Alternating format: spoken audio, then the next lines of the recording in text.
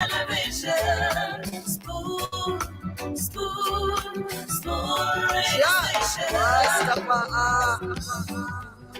Spoon gonna tell you what is happening in Liberia. Spoon gonna tell you what is happening in Monrovia. Spoon gonna tell you what is happening in Africa. Just to spoon you will know. If the children crying for starvation, just to spoon. You want to get a news update, my brother, to spoon. You want to know what is happening in Monrovia, to spoon. Politicians want to make their decision, just to spoon. You want to know what's happening in the ministry, to spoon. Yeah, to spoon. Yeah, to spoon. You from Vonjema, Maryland, to spoon. Yeah, to spoon. If you eat keep on congratulate my brother, to spoon. You got a spoon TV, you got a spoon radio, to spoon. Yeah, to spoon. You want to get a news update, to spoon. What? Yeah, Rastafari. Kilibamba.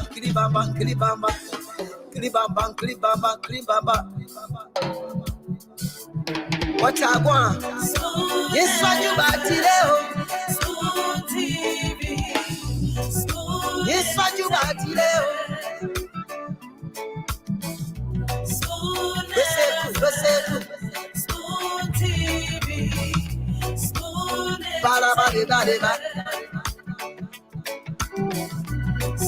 Skiddy dabado. Spoon TV. Spoon entertainment. Kua. Wese kua, go to there. Kua, go to there.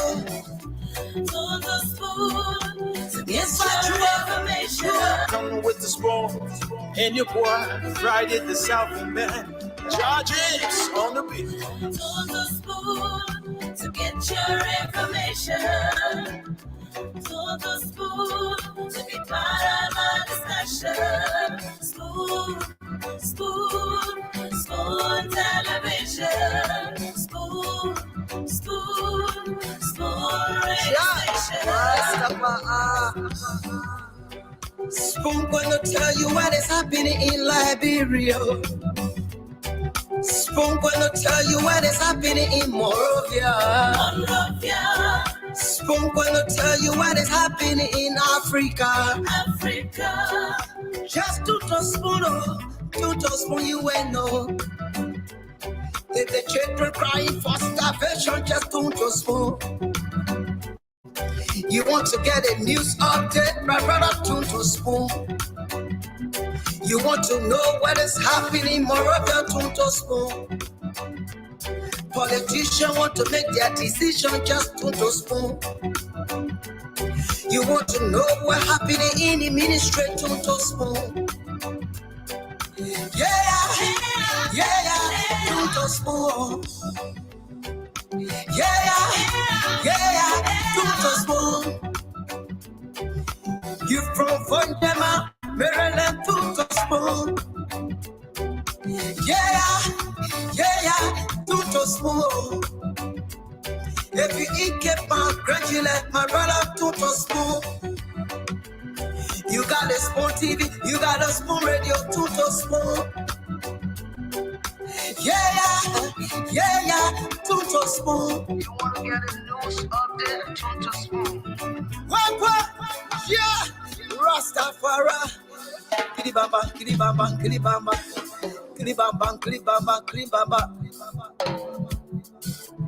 What I want? Yes, what you got today? Spoon TV. Yes, what you got today?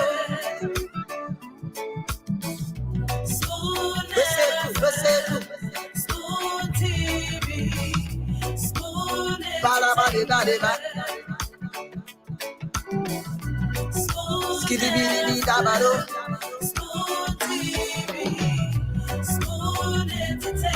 Kua, kua, kua, kua. Bese kua, kua, kua, kudileo. Kua, kua, kudileo. Yes, I true. Well, yes, I true. Batile, batile.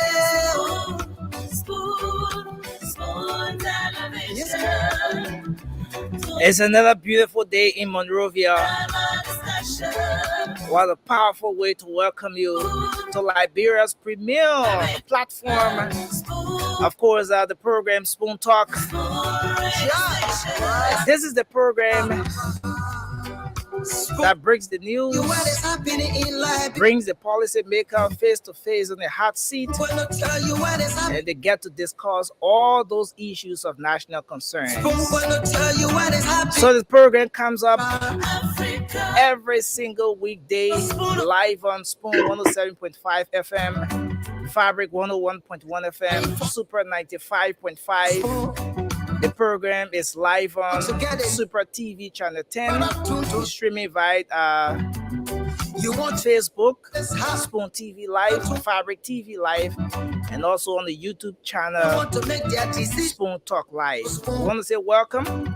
Thanks for joining us from across the world, wherever you are. My name is Nelson Colette, and so let me welcome Dr. Richardson. I see James is already here as well. Good evening. I know it's afternoon. Okay, so it's the afternoon. Good afternoon, Dr. Richardson. Hello. Hello. And hi. Good day. How are you?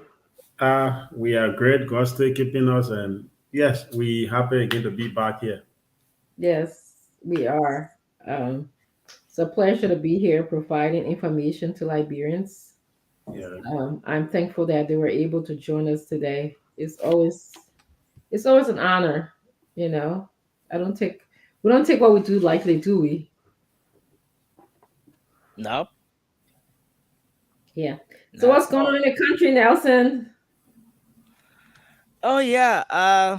Liberia is doing well to some extent, but again, there are so many things happening in the country right now. The training issue. One of the things that so many people are talking about has to do with the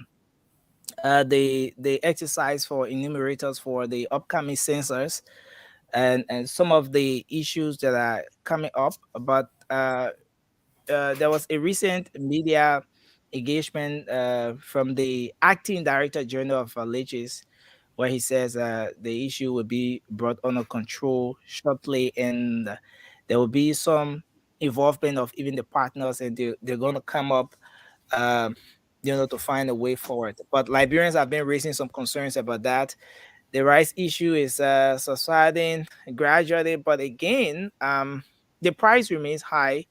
I saw someone last evening bought a bag of rice 25 kg for 3,500, which is about a little over $20, somewhere around $23 thereabout. So it remains an issue. Yeah, it remains an issue as we speak. But it's the tension is not as it were, back then. Another issue right now, Dr. Richardson, is that the police is investigating a farmer in Bon County for allegedly killing his wife. You know, that's another issue that the police is looking at. He killed his wife in Bon County, for quote unquote, according to him, she was cheating. So and so forth. He used weapon Somebody and deserves to die because they're cheating. yeah, that's Wow. that's that's yeah. So many of them. I think it will start naming all the things that happen in the country, but we're not leave for it just now. Yeah. I'm telling you. Well, for the right situation, I'm just wondering if people are just getting accustomed to the situation in the country. So, we might not be seeing a lot of people out there complaining a lot. So, or maybe perhaps the arrest that came in was enough to keep people quiet for a little bit. Some people quiet for a little bit. So, and then of course the census issue, that's a big deal though, because if we don't have enough people going out there to collect data, then that's going to be interesting moving forward in terms of elections and our policies that we make.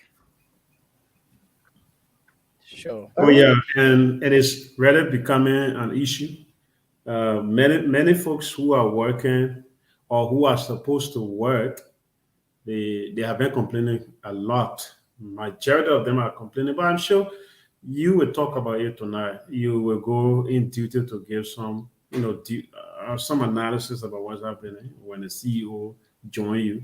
But it is a very serious issue that we must look into as a nation, because if these guys will go to do this quote unquote national duty and they are not okay, we may get conflicting figures, or somebody will just sit in a room and say, hey, in Morovia, 5 million, 10,000. This, we may not get a right figure. I think the government or the legislators will have to step into this to make sure that Mhm. legis is on the right path.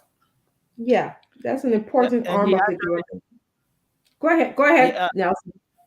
yeah. So the director general of acting director general of Legis made an appearance before the Senate committee on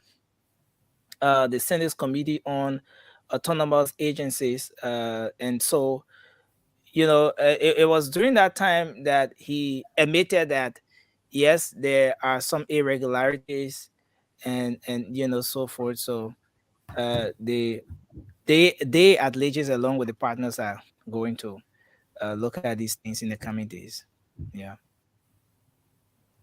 Yeah, yeah, good idea.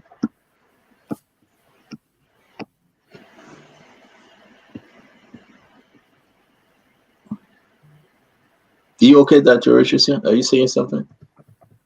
No, I was gonna. I'm sorry, I was reading something. Yes, Nelson. I guess been summoned to the legislature to describe and talk about what's going on at What are you talking legislature. about, legis?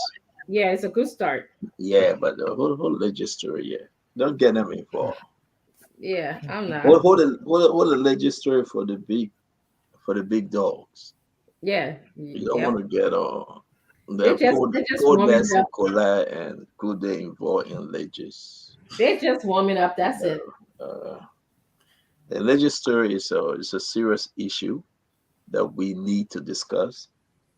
But how you doing, Dr. Richardson? That's Busy, a had a busy. Nicola. Good day. You what? I said I had a busy day today. Work. Some of us work. Yeah, I'm telling you, Stanton. Oh, some of your work. That's good. Mm-hmm. Lesson, do you work? Oh yeah. We hustle. Yeah, you see, that's in my beginning. I like that. You also. Good day. uh, Are you Yes, sir. working good day? Yeah, we're hustling, we're managing. Oh God. You getting Have me? you got loud and clear, good day, loud and clear. I'm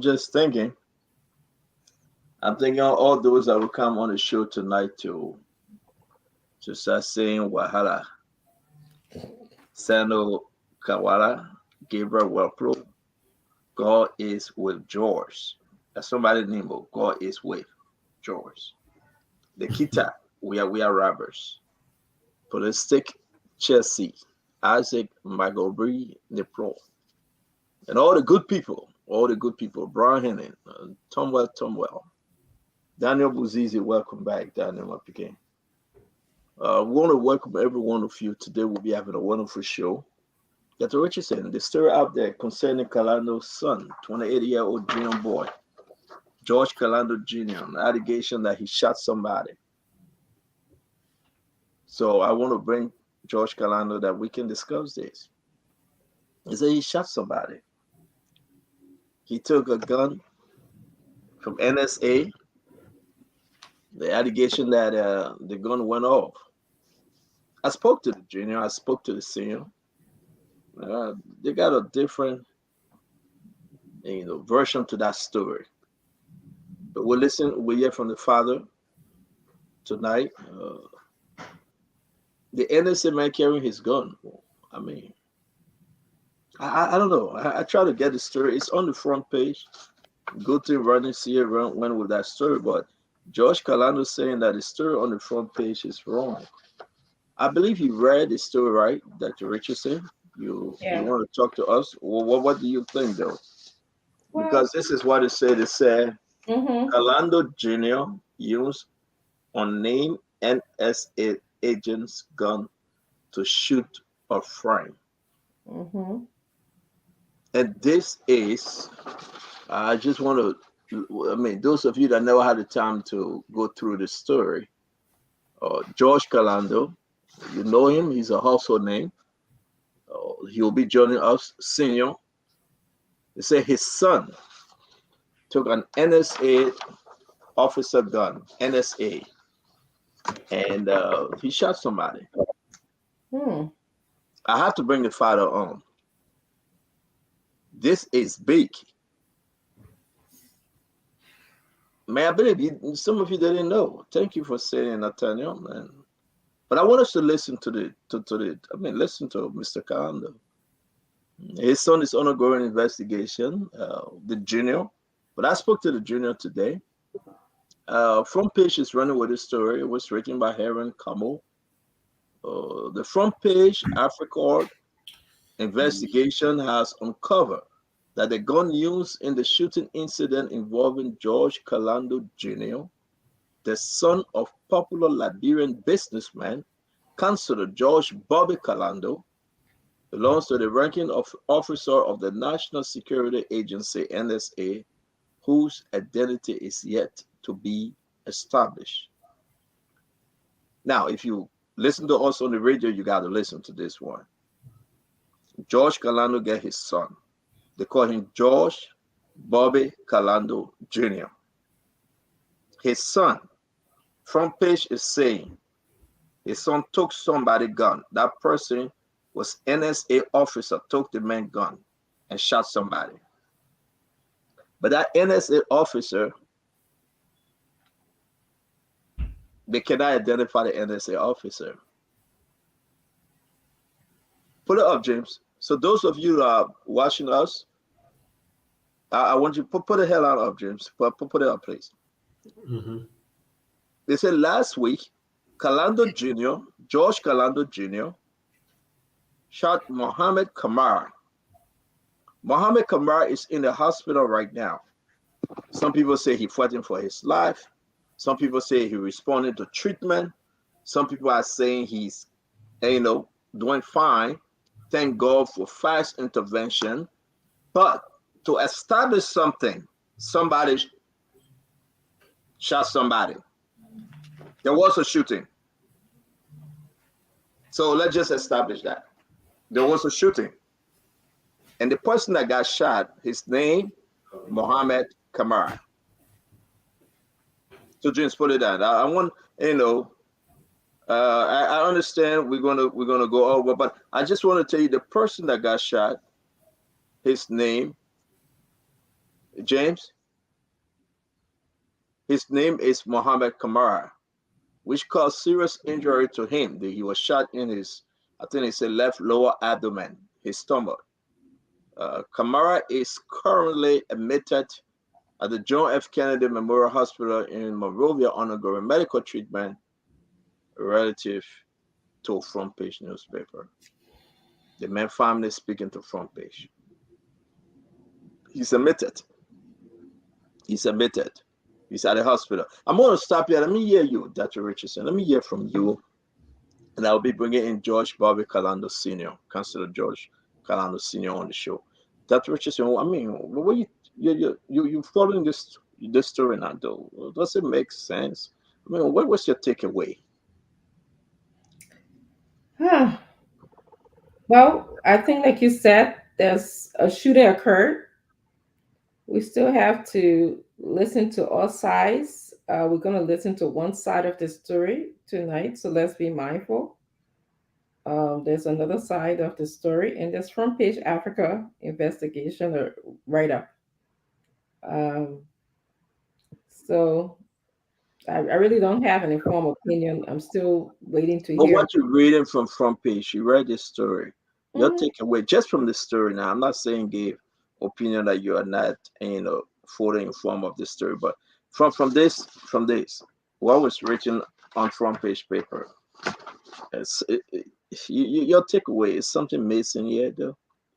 They cannot find the NSA guy. They cannot call his name.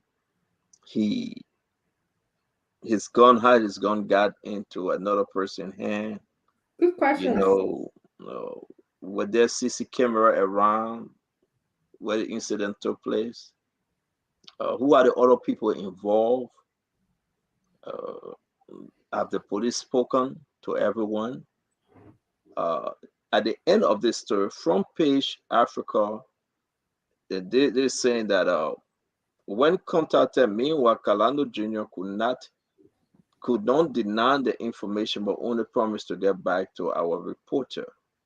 Hmm. Okay, and let me bring in Councillor George Calando. Let me bring in Councillor George Calando, Senior, the father. It is Hmm. important for us to listen to him.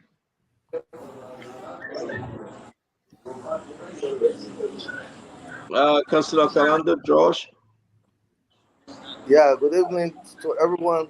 Good evening to the viewing audience. good evening. Good evening, Councillor. How Yeah, you doing today? yeah, I'm okay. Yeah, I mean, I wish your family well, and I wish those involved in the shooting, the victim, and everyone. I wish them well. Uh, but this is a big story, man, and I hope you you Yeah, you are able to tell us exactly what's happening. It involved you, Councillor George Bobby Calando Senior. It involved your son, the junior, because I know you have to stand up for your son, though he's only 80 years old, and that's why you're on the show. What can you yeah. tell Liberians tonight? What went wrong concerning your son and this shooting incident? Thank you very much, Stanton. Uh, two Fridays ago, I was in the office with my son. I think I left him at work, and it was around 3 o'clock. Then I came on the Excuse old me, road. Counselor, can you turn Yeah, your yes, receiver? sir. You got something playing. Can you turn it down, please? Okay, wait. Let me go. Let me go right in here. Okay. Is it okay here? Yeah, if you said a word figure out, probably it's okay. Okay. Okay. Is it okay? Yes. Yeah, you're good. Let's talk. Talk to us. Okay. Okay, very good. So 2 Fridays ago, after leaving my son in the office, I was sitting down here as usual, and while sitting, uh, two officers called me and said, George, where's your son? I said, well, I left him in the office. They said, oh, he was in a store and there was a shooting that took place. I immediately called my son. I said, why is it I'm hearing that you were in a store and a shooting took place? He said, Daddy, they're trying to frame me, but I was inside the store. I said, can you come over? He came over and explained himself to the officers. And I told the people, anytime you need my son, he's available. The following morning, the director of police called me and said he needed my son. I immediately called him, that was on a Saturday morning, to report himself to the police station, which he did. I, in fact, went to the police station and made sure that he was there. I think he arrived there around 9 o'clock in the morning. And the police commenced their investigation. And he explained his side of the story, which the police has. They have a statement, and they decided they want a manhunt for the other guys. I think they were like five in number at the place where the incident took place. And as I speak to you, the police are still, I think two of them are still alive. But the police is trying their best to get them so that they can get their side of the story, so that they can conclude this investigation. As it relates to Front Page Africa, No. Before we go to front page Africa, let's ask you yeah, some questions. yeah, Daddy. yeah. What did your son tell you actually? What did he say to you as it relate to the story? Not those that are large. No, not those that are on the run. Not just your son's own story. What did he tell you? That he was sitting in this place, a guy entered the car and took a gun. Unfortunately, it happens it's a victim that took the gun from this car and brought it outside and brought it into the store. Another person thought there was no shot in the gun, and and the person drew the trigger. Taha, not knowing there was already a shot in the gun. It passed through Muhammad's stomach. They rushed him to the first hospital, the clinic, Mawa Clinic in Vital. The guys saw it. They said no, they could not. They went to the second clinic. Then the third place, they rushed them to JFK. The place where Mohammed is presently. Thank God he's undergoing treatment. Must commend the doctors at the JFK. They've done extremely well. And the other day he was working, but just yesterday they had to do another procedure to see how was the healing inside the stomach. So, but So you are for this guy, confirming. I know we are not many. That Richard and myself will be yeah, very easy because we want to get the best of the story. So yeah, you are confirming, or a shooting incident took place, and somebody yes, got hurt. yeah. So I will take you away. Your information on the victim at the hospital. Where part of the body? I think Did it it's on the left side of the body of the stomach. on the Yeah, left side of the stomach? Is he yeah, okay? yeah. Your information is he Well, okay? He's talking. Uh, the doctors said they have. I think yesterday up to yesterday they went back into the stomach to inspect the organs. Uh, they close it up. He's talking, and they've decided they will not open the stomach again. But after a certain time, they will recommend that he goes abroad, wherever Ghana or India or China for advanced care. Were you at the hospital? Yeah, they go there once. I went there Did you to see make him? sure. Yeah, I saw him. Okay. Did he I talk saw to him. you? He spoke to me. Okay. He spoke to me. You understand that? But then, in fact, he was on oxygen.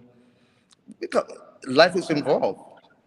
It could have been my son, Mohammed. They are all friends. That's a good part. All of them are friends. Uh, it's an accident that took place, but they are all friends. They are there almost together every time in that particular store. But why the police is carrying on So the investigation? I will not give Dr. Richardson chance to ask about the veteran involved because he's a human. Is very important. Once Yeah, we establish the fact that he's recuperating and left a state in him, yeah, uh, he's doing fine, then we can talk about the incident. Dr. yeah. Richardson, do you have any question?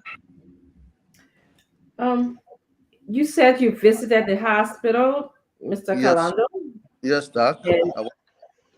and I, the victim Yes. is feeling he's improving. yes, he has been improving. In fact, the other day he was even walking. I remember the day when I was at the hospital, the doctor came. I remember the doctor telling him, "Hold my hand tight." He had it with the both hands. He did it on the other side. Then we spoke. You Okay. understand? Say he told me, say, Chief, it was an accident. You hear that we're all friends. They're almost like they're all a family. You hear? Apart from my son working for me, he says cell phones all the time. So he bought the telephones from the guy who owns the store. No, so Councillor George, I don't want us leaving the hospital yet. Yeah, you're right. You were telling us that he squeezed the data and Improving. those As a matter of fact, like maybe let me just be exact. I think about 30, either 45 minutes or an hour ago, I just spoke to Dr. Roberts. He's in the hospital. He has been doing his best along with his professor. They are all there making sure that Mohammed is okay. So, Yeah, Mr. and Kalando, yeah, did you get a sense that the victim will be able to participate in the police investigation? I'm sure that after a certain time, he will be able to give a clear picture of what really transpired. You hear? And to the best of my knowledge, I think they have CCTV in this store where the police should be able to tell us at the end of the investigation whether they are able to retrieve the recording for that particular day to really know who did the actual shooting. Yeah, so and I believe in the ability of those who are carrying on the investigation. I decided to be neutral. I hired another lawyer to represent my son so that people will not say, oh, because it's his son, that's why. Although, yes, that's my son, I go there sometimes to just see the level, the speed at which the investigation is being conducted. And okay. the other guy came after 5 days, and he gave a side of the story. The police has that particular statement, and they are still on the hunt for the owner of the gun. Okay. And yeah, So Dr. Richardson, you finished with the hospital question? You finished with I mean, are you okay? Yeah, So yeah. so maybe so Francis, I could just give an update. I just spoke to the doctor like an hour ago. yeah. In fact, Mohammed told him say he should sleep there tonight. And Mohammed, according to the doctor, he called me. He said, George, Mohammed even asked, he said, you're so concerned about me, thanking him. And he told him, said, this is my profession. That's why I'm a doctor. So he's sleeping by Mohammed tonight in his room. Your son sleeping at the hospital tonight?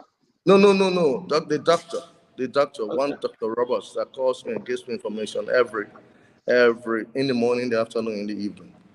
All right. So let's go. Thank you very much, Mr. Councillor Kalando. Thank you very much for the Thank update from the hospital. Let's just come into the story.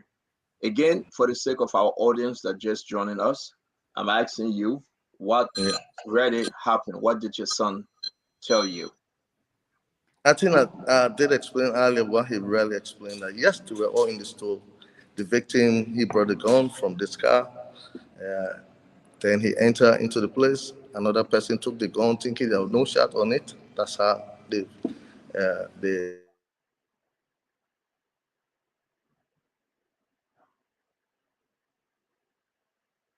Dr. Richardson, I think we're having some technical issue with they, they, Councillor. they sorry, Yeah, sorry, sorry for that interruption. yeah. Go ahead, sir. Go ahead. Yeah. Yeah. Yeah. So they have been all the other guys. It's only the two guys that have gone that are at large, but the police have interrogated the other people, and they are only manhunt to make sure they apprehend the other two people so that they can know who was the rightful owner of this gun, what was the gun, even if the gun was stolen from the victim. Folk, bear with us. We're having some technical issue with Councillor George Kalando. Who took Uh, the? What was it? What did?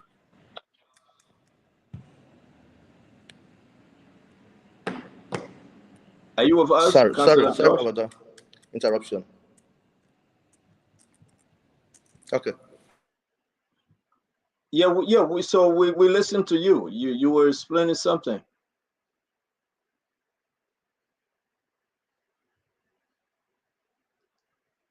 All right, Dr. Richardson, let me bring you back in. We will be getting Councillor Kalando pretty soon. Uh, talk to me. What you have heard so far from Councillor Kalando? Talk to me. Well, couple of things. I have questions about. He said that he left his son at work. And it sounds like within the time that he left work and went home, the son went to a store. I'm not clear on that story. And then obviously, Mr. Kalando is painting a different picture than what is been put in front page Africa. So um, I wonder what it's hard to tell what's the real what's the real story now. Um, And that's why, yes, you are right, because that's why I want us to give him chance. But the internet is going crazy.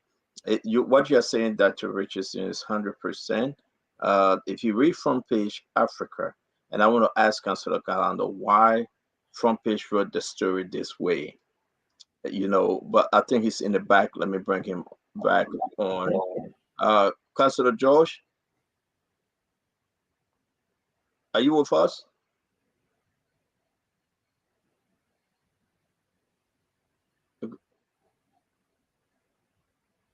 George, hello? I don't think you can hear us. Okay. Uh, I mean, what you're saying, 100%. It got something to do with somebody taking a gun and Yeah. shooting someone. Uh, I will read what Front Page said. Those of you that want to understand this, is on the Front Page Africa. The unnamed NSA officer, according to sources, has a close relationship with Kamara. He asked Kamara to wash his card, and while on the assignment, he was also asked by the officer to bring his weapon from the card, at which time Calando Jr. had arrived on the scene and intercepted the gun.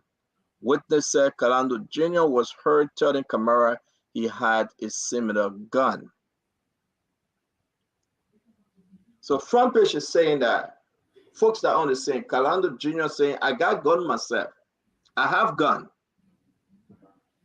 He asked to hold the gun of the NSA officer, displaying the gun and saying, I have a gun. I see Mr. Calando at the back. Let me bring him on. Okay, that's Josh, can you hear us? Hello? Yes, we can hear you. Can you hear us? There he goes. mm-hmm. So Dr. Richardson, follow the story now. And he's saying, okay, let me see that gun. They're showing the gun, and you say, oh, I have similar gun. Kamara, also the friend of Calando, asked Calando Jr. to help him hand the gun to the NSA officer, only for Calando Jr. to point the gun at Kamara and pull the trigger. Mm-hmm. That's very, very scary. Point the gun at him. Wow. That's some guts. And I hope we're gonna have George Calando Sr. to explain this, because Front Page Africa is saying this is what happened. Mm-hmm.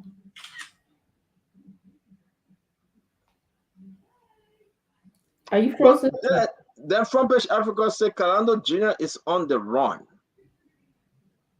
So let's take it step by step. Mm-hmm. Calando Jr. is on the run. Calando Sr. saying, I took my son to the police station.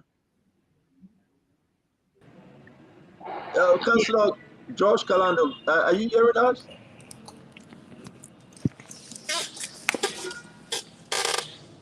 Hello?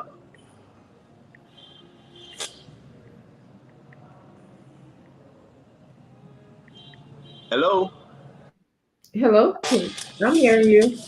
Yeah, I'm trying to get Councilor George Calando, because this one, only him should be able to answer it.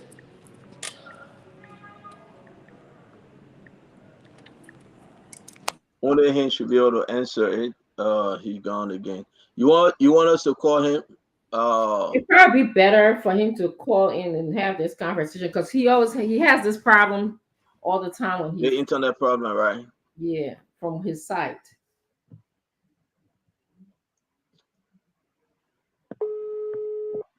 Let's see. Yeah, Councilor, your internet is tripping badly. Yeah, it's tripping badly every time I'm trying to almost about to enter there. Can you hear him? Sorry for this. Dr. Richardson, Yeah, you can hear him, right? All right, so let me ask you a question over here. It's very important to ask you this though. Front page Africa saying number one, your son took the gun and said he got similar gun and he pulled the trigger. Let's give you the chance to respond to Front Page Africa. First and foremost, that's a blatant lie. This young man called me yesterday, the guy who wrote that story. He called me that he wanted to see me but urgent. I said, for what reason? He said, I needed to give an investigate. I needed to answer questions in reference to some shooting that happened when my son was present. I told him my son was of legal age. He's 28 years plus. If you think you have anything, you should contact him. And became so rude and became rude, abusive. To my almost surprise, why the police is carrying on a professional investigation, while we are all waiting for the outcome of the investigation, this morning, just in fact, last night somebody called me. Oh, your son's picture is on the front page of the front page newspaper. I read it this morning. I said, well, it's not strange. This is the type of journalism that the people from this particular media institution are noted for, blackmailing people. He even quoted me because I told him if he wrote anything negative about me relative to that incident, I would issue a lawsuit against him. So while the police were all waiting for the outcome of the investigation, he goes lying that my son is on the run. For what reason will he run? He was the first to go to the police station right after this incident. The following day, 9 o'clock, he was invited. I told him and went there to make sure that he was there. I hired a lawyer to represent him. The lawyer came and I left from the scene. For him to say that the man's on the run, or my son told him, I even text my son's number because after this when we had this confusion, he ended now sending me a text. Please text the number of your son, which I did. I said, now you are acting like a journalist because that's your being your first question upon me answering your phone call. But for you to want to shift the conversation to me, so it was not strange that I saw what I read in the papers today. My son is not on the run. We are law-abiding citizens, and he reports just like the other guy. They report to the police station every morning. Did they also say that your son, Mr. Calando, Councilor Calando, your son pulled the trigger? That's why he has. While we are waiting for the outcome of the investigation, that's why he has gone to say.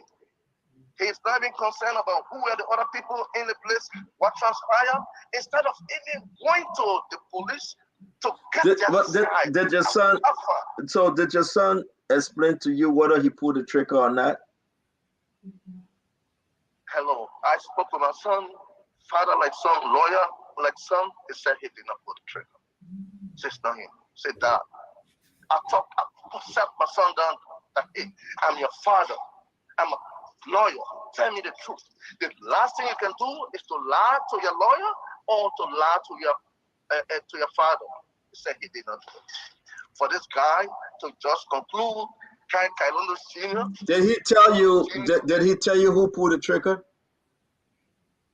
Well, I don't want to prejudice the investigation. Can we wait for the outcome of the investigation? I'm not saying you should call name, but did he tell you who pulled the trigger? No. Let the police come up with that outcome. I beg you. Yes, CCTV. You know the thing about life, technology has made things so easier for everyone.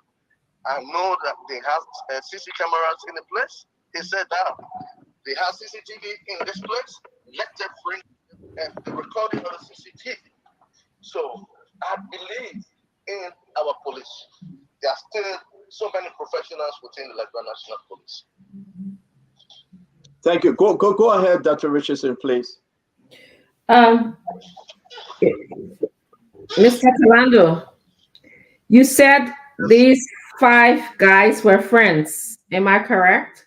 Yeah, 100% correct. They are all friends. So is it your belief that there will be no motive of shooting another friend?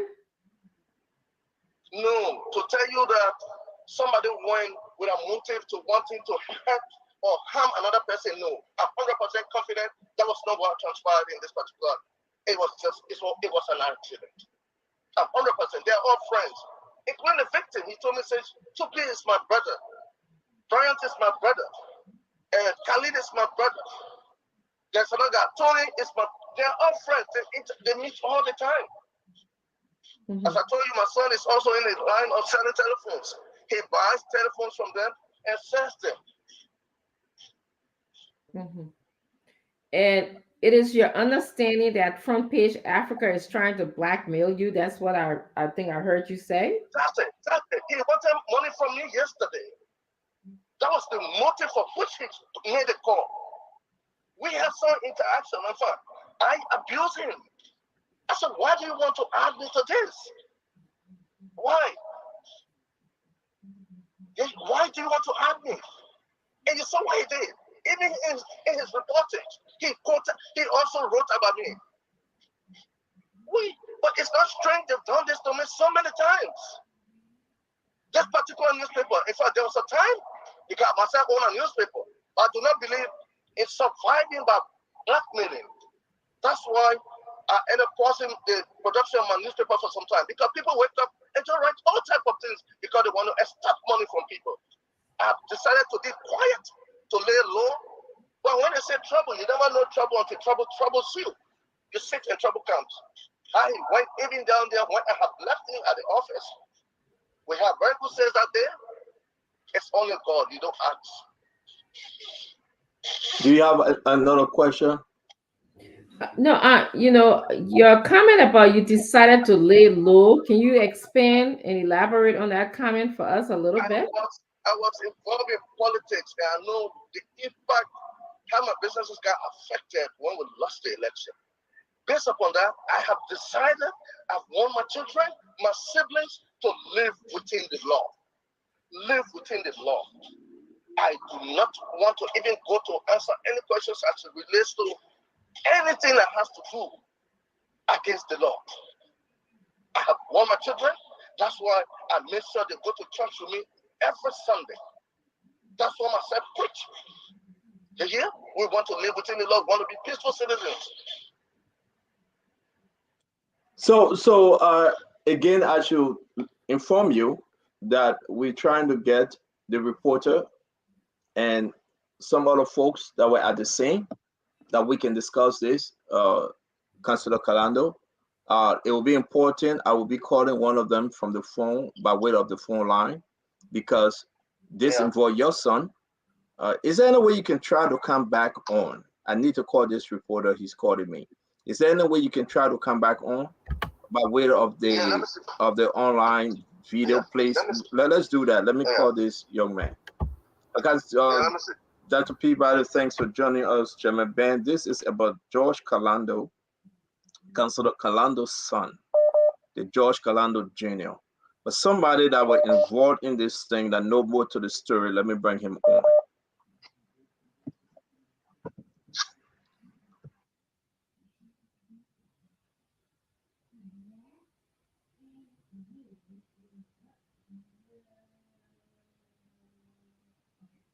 Okay, so you live, you join us. What's your name? My name is Henry Kamo. Henry Kamo, are you from the Front Page newspaper? Yes, sir. Okay, the story concerning the headline reads, Calando Jr. used unnamed NSA agent's gun to shoot Frank. You wrote that story, correct? Yes, I did. Can you tell us what you know about, or just help us, man, with this shooting incident that you wrote about, please? I have George Calando Sr. on the show. So I will explain the common way for the public. So I have talked to sources that were on the scene on the day of the incident, and they have explained to me what transpired on that day. And like I said, or like I wrote in the story, the unnamed NSA officer has a relationship with Kamara. Like normally we have my picking, I go to my picking, you know. So he has this kind of relationship with Kamara. Normally, Kamara, but before I go further, Kamara was a former parking attendant, according to the sources. He worked as a parking attendant. And then he was recruited by a guy who has a home store to work for him. So since he started working there, he has the relationship with the NSA officer who always stop by. Now, on this day, the officer always, every time he will come and he will ask Kamara, please wash my car. So on this day, he asked Kamara to wash his car. That's according to sources. And Kamara had gone to wash the car. While Kamara was washing the car, then he remembered that he left his gun in the car. He said, oh, Kamara, please bring me my gun. While Kamara was bringing the gun, Kalando Jr., who was also said that he has this relationship with Kamara at that same place they normally go and stay, arrived on the scene. And then he said, oh, let me see it. And then he said, oh, I have similar thing like this, though. But Kalando Jr., according to the story, did not know that the gun was loaded. So Kamara handed it to him and his local aide to play with it. He said, I got a similar thing like that. But he didn't know that the gun was loaded already. So Kamara had turned his back, was doing something else, and told him, oh, when you're done, please give it to the chief, the big brother up there is his gun. And then according to the sources also, while Kamara was doing something else, and Kalando pointed the gun, Kalando Jr. pointed the gun and said, I will shoot you. And he mistakenly pulled the trigger. Because of the closeness to him, the bullet passed through Kamara. That is a story we got from people who were on the scene. Okay. Okay. So you got the information. You're the same reporter that reached out to George Kalando Sr., correct? Councilor? Yes, I did. Yes. You had. And when we reached out to Kalando, if I was, we were three who made that call on yesterday. We were together and we decided to call Kalando because we tried getting the junior's number. He could not get it. People who we asked, who we thought had it, were all like playing the database and trying to. So we said let's call Kalando himself. So we have Kalando number because Kalando is a popular businessman. Every one of us know him. So we called him, and he was very angry. Yeah, he said we should not talk to him. We should talk to the perpetrator. Okay. And then on the first call, he hung up the call. The second call, he threatened how he would sue anybody who caught him and he filed. So he made some threatening comments. We didn't mind because that's something we used to. Normally, people newspaper would threaten. So after some time, I took upon myself again and texted him. I said, can you help me with Kalando's junior number? He sent me a number. And as a father of Kalando Jr., I believe it was Kalando's junior's number. So I called the number, and there's a fellow who answered and said he was Kalando Jr. So I asked him, can you tell us your side of this story? Because we've been told what happened. What is your side of the story? And his response was, I will get back to you. So he didn't talk. He didn't talk to you guys. He talked to me. He said, I will get back to you. I asked him, is that a yes to the question? He said, I will get back to you. And that was how he hung off the phone. And that was why. Can you hold on? I'm not going to let go of you yet. And thank you for taking the call. By the way, I reached out to your boss, Rodney, and he allowed me to call you. So thank you for that. Can somebody help us? Ben, Dr. Richardson, can one of you guys call Kalando? Because I'm using my phone over here. I would not be able to get Kalando. If you have his number, can you call him, Ben? Do you have his number? Yeah, I think I should have his number here. Yeah, because I'm on the same phone. I cannot bring him in. Dr. Richardson, Oh, what it's been not showing up. Can you send it to me? okay, I will forward it to I have you. it in What been trying to call Kalando, Dr. Richardson? You are hearing from Henry Camon. Just what he wrote on the paper, that's what he's saying. What say you? You have question for him? There seemed to be a theme that it was an accident. He said that it was an accident. Mr. Kalano said it was an accident. So I'm just wondering if it was an accident, why is everybody why did he get the impression that Mr. Kalano was upset and didn't want to speak to him? And why is Mr. Kalando feeling like he's being blackmailed? Henry, come on. You heard Dr. So Richardson it's question? not. Yes, I heard a question. Like I said, it's believed. Even I mean, eyewitnesses who talked to me say it was an accident. It wasn't intentional. But it's not that we didn't get the impression that Kalano was angry. Kalano was angry. We even have Kalano on records. If you want the recording, we told him he was informed that he was being recorded. Mr. Kalano was informed that he's being recorded. We have it on records, the audio. If you want it, we can send it to you. But he was. It's not an impression that he was angry. He was angry. He was actually angry. Wow. All right, I got Councilor Kalando on the other line. I'm going to bring him in. Henry, please hang on. Don't drop the call yet because we got some eyewitnesses that we were able to reach out to. We hope we can bring them on, that they would be able to tell us the side of the story. Chairman, can you bring in Kalando? Yes. Attorney, you can hear us? Yeah. Okay, go ahead. You live on. Can you hear him? Yeah, so Georgie, now we are joined by Dr. Peabody and Chairman Ben. I have Camo, Henry Camo from the Front Page newspaper. You heard what he said. Man, this thing here that he's confirming his story. I want to give you the time that you can talk to us or ask some questions. First and foremost, Mr. Camo, are you Can trying you to get closer, Ben? Can you hear him? George, can you speak a little louder? Let's see. Yeah, Mr. Camo Is from it better? Front Africa. Are you trying to tell the world that my son is on the run, as you wrote in your paper?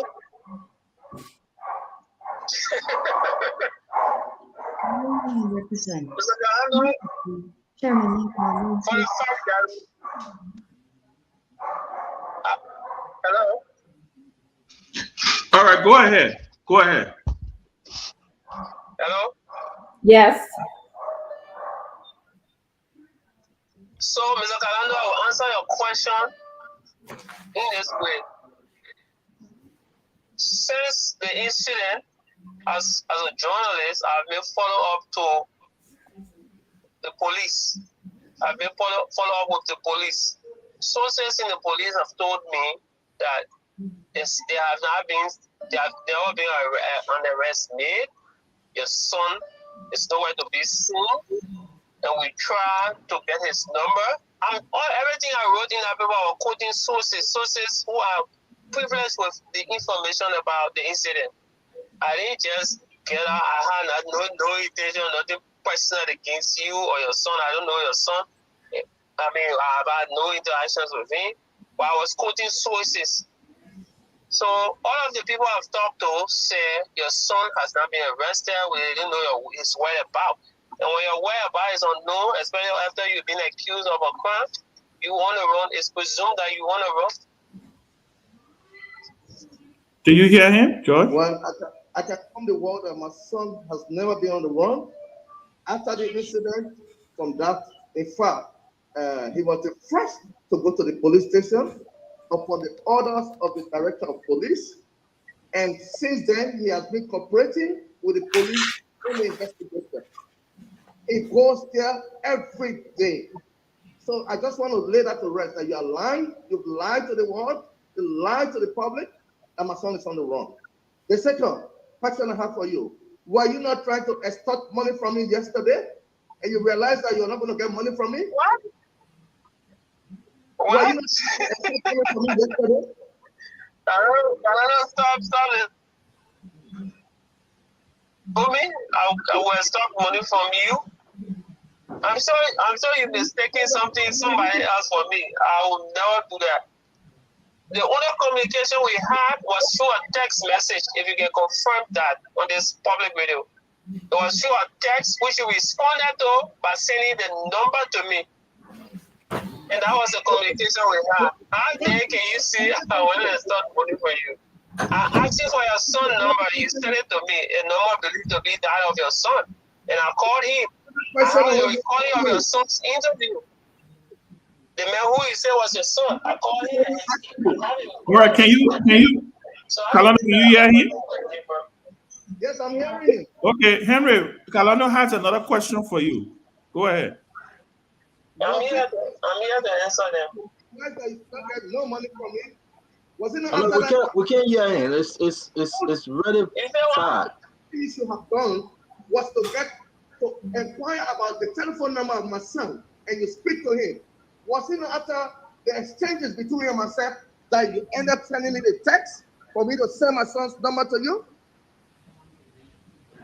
We're not hearing him back. Can you hear him?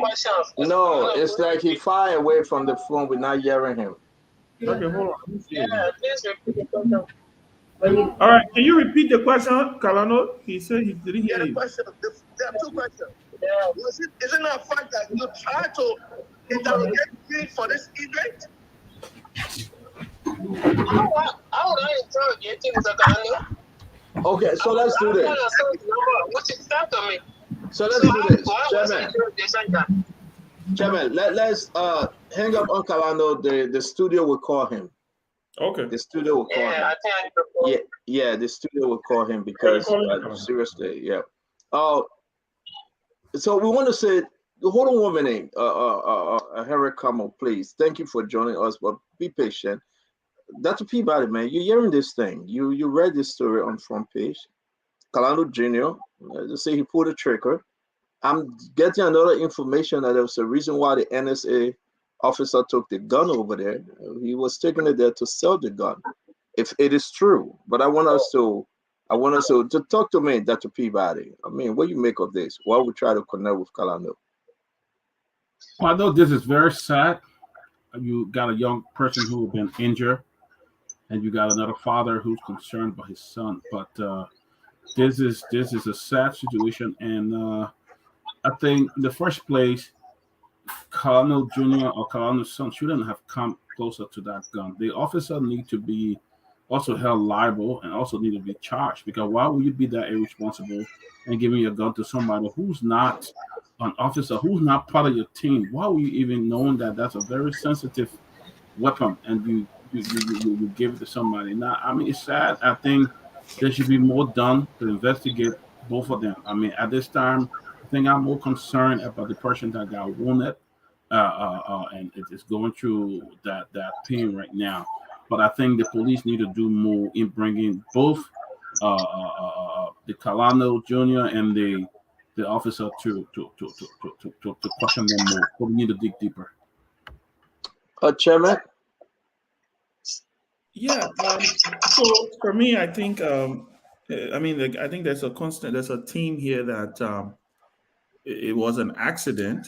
And at the end of the day, if Kalando is disputing the fact that his son is not on the run, because from my understanding here is that the paper was saying that his son was on the run. Henry Camo is saying that from the information he has gathered is that Kalando's son has not been arrested or hasn't been questioned. Kalando is disputing that. Maybe do we need to hear from somebody in the police? Can the police verify that Kalando's son has been questioned? That he's not on the run? Because I think I think it's going to be his word versus Kalando word, because that's what I'm getting right here. So maybe we can try to make contact with someone in the police for the police to kind of say, hey, we've already, because there are times where they can question you and they can tell you, say, look, make yourself available another time and stuff like that. So that's just my 2 cents at this point. But what I'm hearing one, that both of them are acknowledging that something happened and it was an accident. The second thing is, I think the only dispute here is the fact that this young man hasn't been questioned or he's on the run, and his father is saying he's not on the run. Then No, so Calando said he took his son to the Liberia National Police headquarters. Calando said he took his Calando son. is also I spoke to the son. I spoke to Mhm. Calando Jr. today. He said, I've been there and I spoke to the police officers. I'm available whenever they call on me. So that's Calando Jr. telling me today. And I think Tumani was on that call as well when we make the phone call to Calando Jr. So the question is not about whether this guy on the run, Calando Jr., is about the incident, what really happened, who pulled the trigger. Hello. Yeah. Talk to me, Hammer. Talk to me. Come on, Henry. Come on, talk to me. So you see, my response to Mr. Calando, Anthony Calando, is this. I mean, let's not try to cause distraction. Let's be honest with each other here. There's somebody CEO, we have Mr. Calando on the line now. Calando should not be looking for distraction. All of the conversation I have with Calando have it on records. Calando should not come on this public radio and tell people I call him and ask him for money. Calando he's a pathological liar. He shouldn't do that. Somebody's son's life is at stake. I called Calando and the text messages are here. They are recorded. The audio are recorded. He should not escape the issue. It's not him who did the act. It's his son. We agree. So he should not look for escape route. Henry, let me ask you a question. Henry, it's a good thing you're talking to us. Let me ask you a question because we got to move on to other stories. Were you able to speak to the shop owner? No, I have not had. In fact, let me tell you what has happened. And this is something that if you go to the shop up to yesterday, the shop is closed. I can show you pictures of the shop after this conversation. It's closed. Let me tell you what people have said, which I didn't want to include into the story because it was something that I had to be careful how I go about it. If the eyewitnesses also told me that the shop owners is afraid to press on this issue, press charges, go out to the media because if they do that, Calando might backtrack on his support to the child, the guy that is the victim at JFK.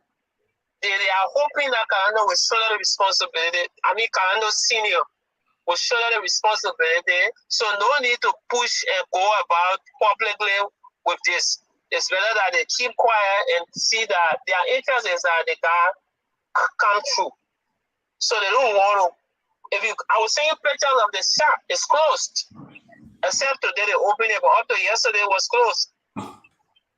So I have not spoken to the shop owner because they have shut down the shop, and their focus is the health of the guy, the victim. Thank you very much. We appreciate you, Henry. Thank you very much for joining Spoon tonight, and thank you for doing what you do best in reporting. We say thanks a lot. We appreciate you. You're welcome. You're welcome, sir. Thank you. So, Tumani George, you spoke to Calando Jr. You were on the call when we spoke to him. Talk to us. You heard from the reporter. Well, I spoke to him this morning, and he gave his side of the story. I think he said that he came to the guy who owned the store called Brian, and then he saw this person with this guy, the victim with the gun, and asked him, well, why he got a gun, and what he doing with the gun? And then he said, let me see it. And from there, what happened? The shot went off, but then he said the CC camera that was in the store would have been the evidence because they had a camera in the store, but then the camera was somebody took the camera down and perhaps destroyed the evidence. So, so right now for me, I look at it this way: if we get somebody from the Liberian National Police that is involved with this case, it will be the best thing. The police will give us an update on where they stand with this case. We've been trying to contact the director of police, but we're not getting him, and the police spokesperson. We're trying to call them, but we're not getting them. But so far, it just he say, you say, and accusing each other. No, no, no, and that's where we are. And I don't think we can keep pushing them. If the police can give an update of the investigation, that would be the best thing, because the public would like to know what happened. And I pray for my thoughts and prayer with the victim and all those involved with the family. I pray that he will make it true, and the police will give out the best update about this kid, because it's under the investigation. So right now, we're just gonna just be playing guessing game with them, finding. But that's what we are, I think.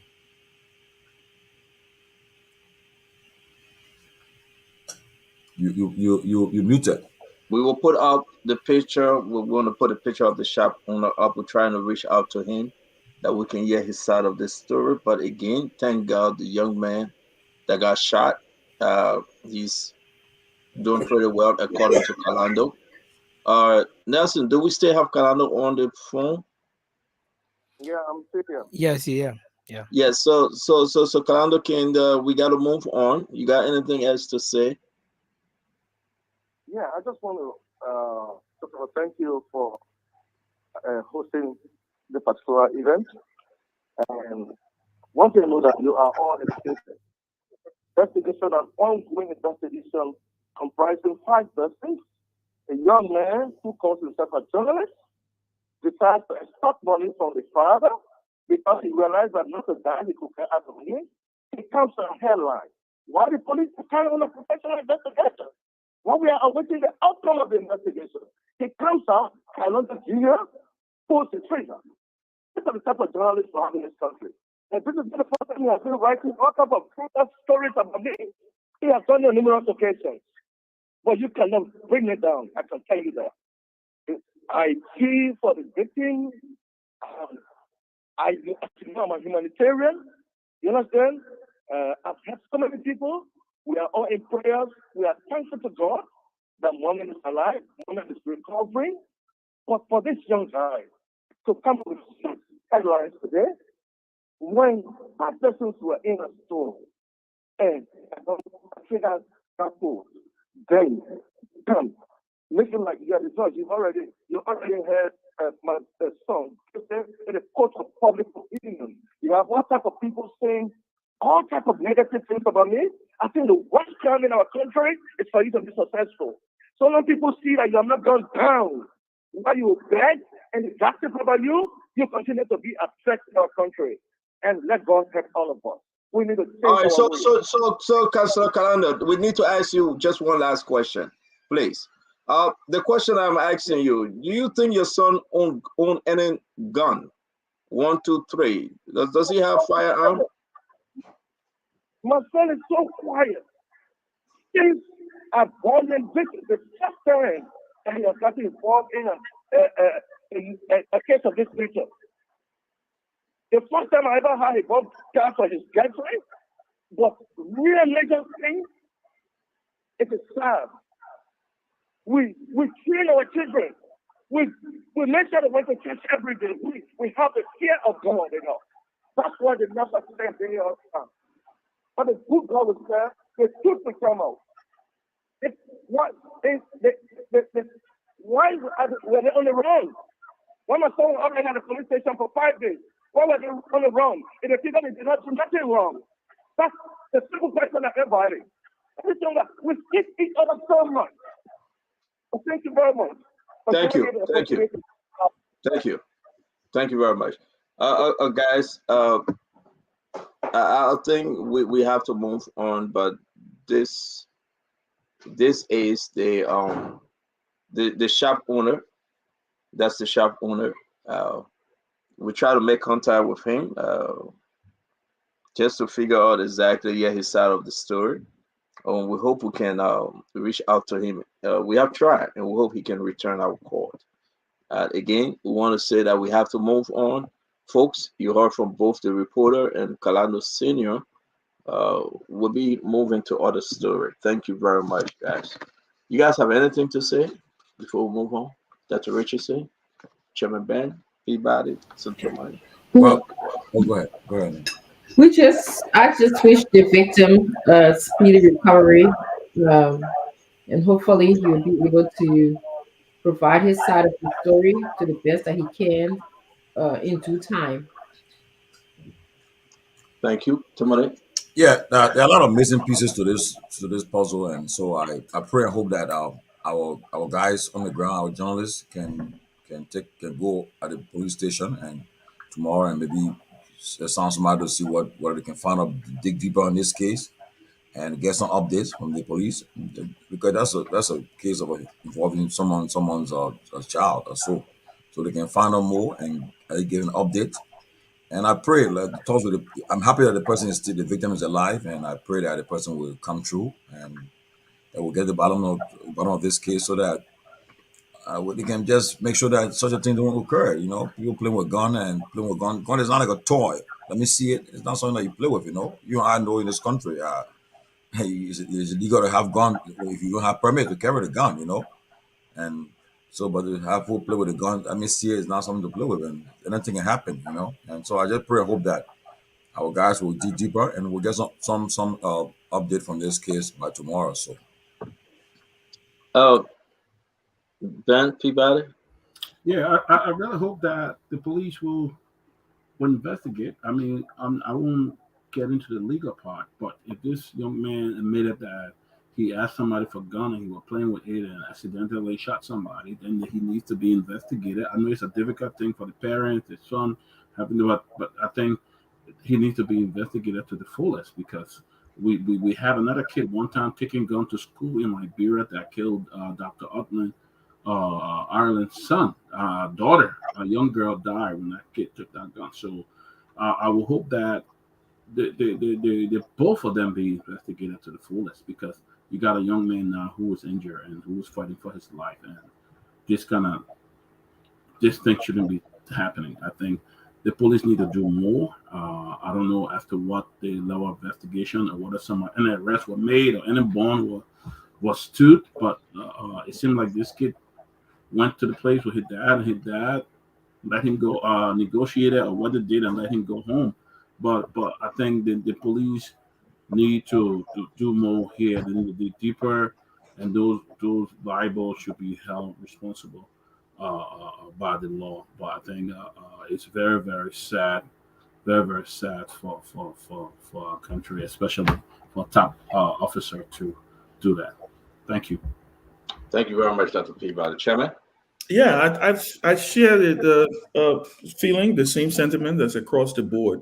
I think the police do their job, and I hope and I which my heart goes out to the victim. I hope they can figure it out and kind of find some clarity on what is going on.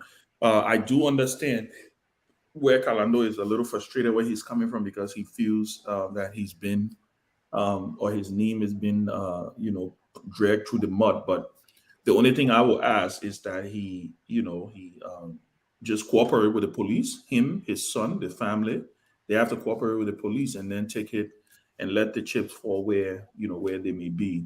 But our heart goes out to the family and to the young man who got injured. So. Definitely, Dr. Richardson, you got anything to say? You spoke, right? Yes, thank Yeah. you. So it's important to know that thank God the young man in the hospital is doing. I mean, he's coming up fine. Thank God for that. The story about you guys said a lot of questions. Why would this guy give his gun or send someone to get his gun? These things happen.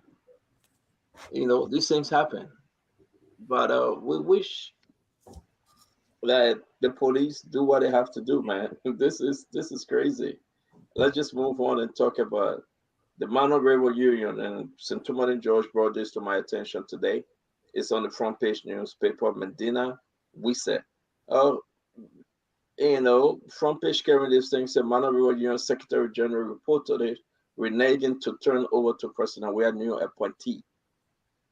So President Weah make an appointment for that position.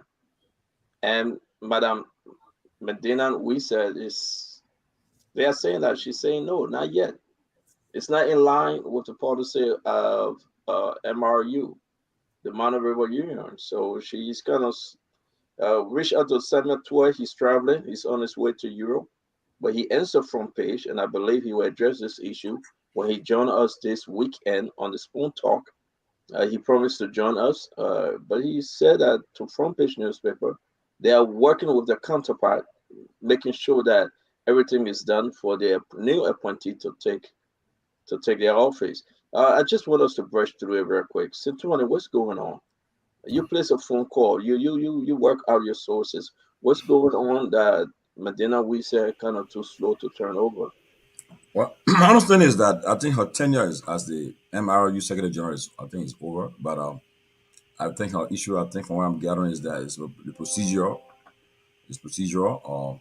There's a process that should be followed for the new person to take over, and I think she's trying to ensure that the president and the government follow the procedure for the tenure order to take place, because the president has the prerogative to appoint a new secretary, a liberal member to the MRU.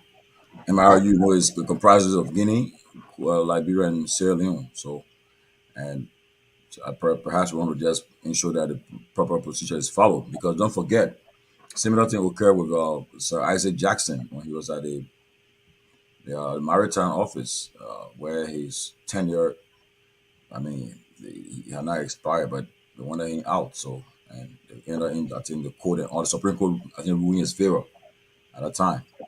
And so, apparently, Madam Wissa is trying to ensure that the proper procedure is followed so that she can turn over in the right way. So, I don't know, but I mean, eventually she will exit the position, and the president's nominee will take the position. But for now, I think it's all about procedural problem. Okay. Well, I mean, so that's people. I know you want to skip this story, so let's leave this thing between Ben and Santomari. Well, You know, well, What say you will skip it? my saying here is, you know, your time. Oh, just go, man. Let be the way to go by procedure. Then go by procedure. But I want Give it up. That's all. Your time over. Give it up. the time is not. The time is not over yet. The time is not over yet. Well, no. From what I understand, Wait, Ben. Let people finish up, please. You know. Okay. I thought you were Okay. If a time is not over, then stay there. But if a time is over, and she's supposed to leave, then just go. They didn't take you again. Just go. That's what I think. But if a time is not over, then maybe she has a point. She can go by the procedure they have for her. But if it's not, then stay. If it's over, no, just go. So Ben, before I bring you in, this is what Samuel was sent to Front Page Africa. I spoke to Samuel today. He's on his way to Europe, and he will address this issue when he comes on Spoon Talk. Senator wrote, right? And he said, I have officially written her and I've called her several times, but she has not responded. Senator is trying to get this thing taken care of. I am now raising the issue with my colleagues in the region. I understand there are transition formalities in such turnover processes, but unusually, the outgoing officer works with the government to perfect those processes. Now, the woman is not responding to Samuel Twain. Nobody's saying anything. Ben. A couple of things I'm a little confused about. Why is Samuel Twain the one who is doing Samuel this? Twain said he couldn't answer that question when I asked him. He would come because he's not the Minister of Foreign Affairs. So let me say this. I did, and this is just pure information, because I tried to reach out to Madam Lisa today. I had a chance to speak with her right when they made the announcement of the new appointment. And I can state for the record, she told me, because I called just to say, oh, thanks for your service. We had not talked for a couple of months. And I said, oh, I see that you're no longer going to be. She said, oh, in fact, funny thing is that I even asked for my tenure not to be renewed. So when I saw the news today, I was very shocked, to be quite honest with you. Except maybe no. So hold on. She said she asked to step down.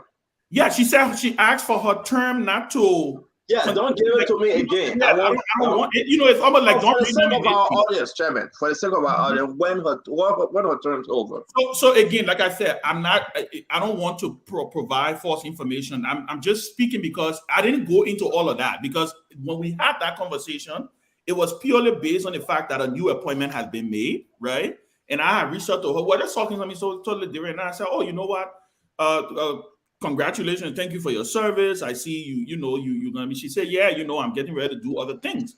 So the point here, that's why I said when I saw the news in front page this morning, I was shocked, and I did reach out to her, but I have not been able to speak to her since this news broke. But that was the couple of things that a couple of red flags that stood out to me is that why is Minister 21 who's reaching out to the MIU Secretary General? Maybe there's a function there. Maybe there is, I was just a little confused in that, and maybe I would try to seek. But like you said, he didn't. He said he couldn't answer that question, right? Maybe the foreign. He said he would speak to us when he come on Spoon Talk. Yeah. And he was traveling to Europe. Yeah, I was kind of surprised when I saw the story, because the person that I spoke to did not sound like she was trying to hold on, right? In fact, she even said, I'm looking forward to working with Madam. But what was Samuel say? I would encourage her to professionally and respectfully turn over, since her term has long since expired. Dr. Rich is saying. Professionally and respectfully. What's going on? What's the hidden story here, Dr. Rich is saying? Yeah, it seems to be a lot of hidden stories. One is, I'm wondering, what is the transition formality as was referred to? What is it? What is that formality? Somebody needs to tell us. And then I think the rightful question is, why is Samuel Toy involved with this situation? Is he representing now the Ministry of Foreign Affairs? And lastly, is it true that she's not turning over? According to Ben, she's happy to do so. But so can I ask a question that Richard said? I know maybe again I will tell you guys, people, I leave this between Ben and Tumani and George. They told me to bring the story on. No, how big you are. Oh, I think it was Tumani and George. Why does this thing have to do with Eugene Nagbe's sister? That Eugene Nagbe's sister, President Weah is sending to replace this lady. Now let's go back in history. And we'll have students of history on the show. Let me bring it to my Ben Senvi. This woman was sent there by which president, who influenced? Was she sent? President Sirleaf. Who? Chairman? You mean Medina Wisa? Yes, Medina Wisa. She got appointed by President Sirleaf. By President Sirleaf. Yeah. And President Sirleaf. Right to the tail end of the Sirleaf administration. That's what I'm saying. So now Joe, we are sending his own person there. President, we are sending his own person.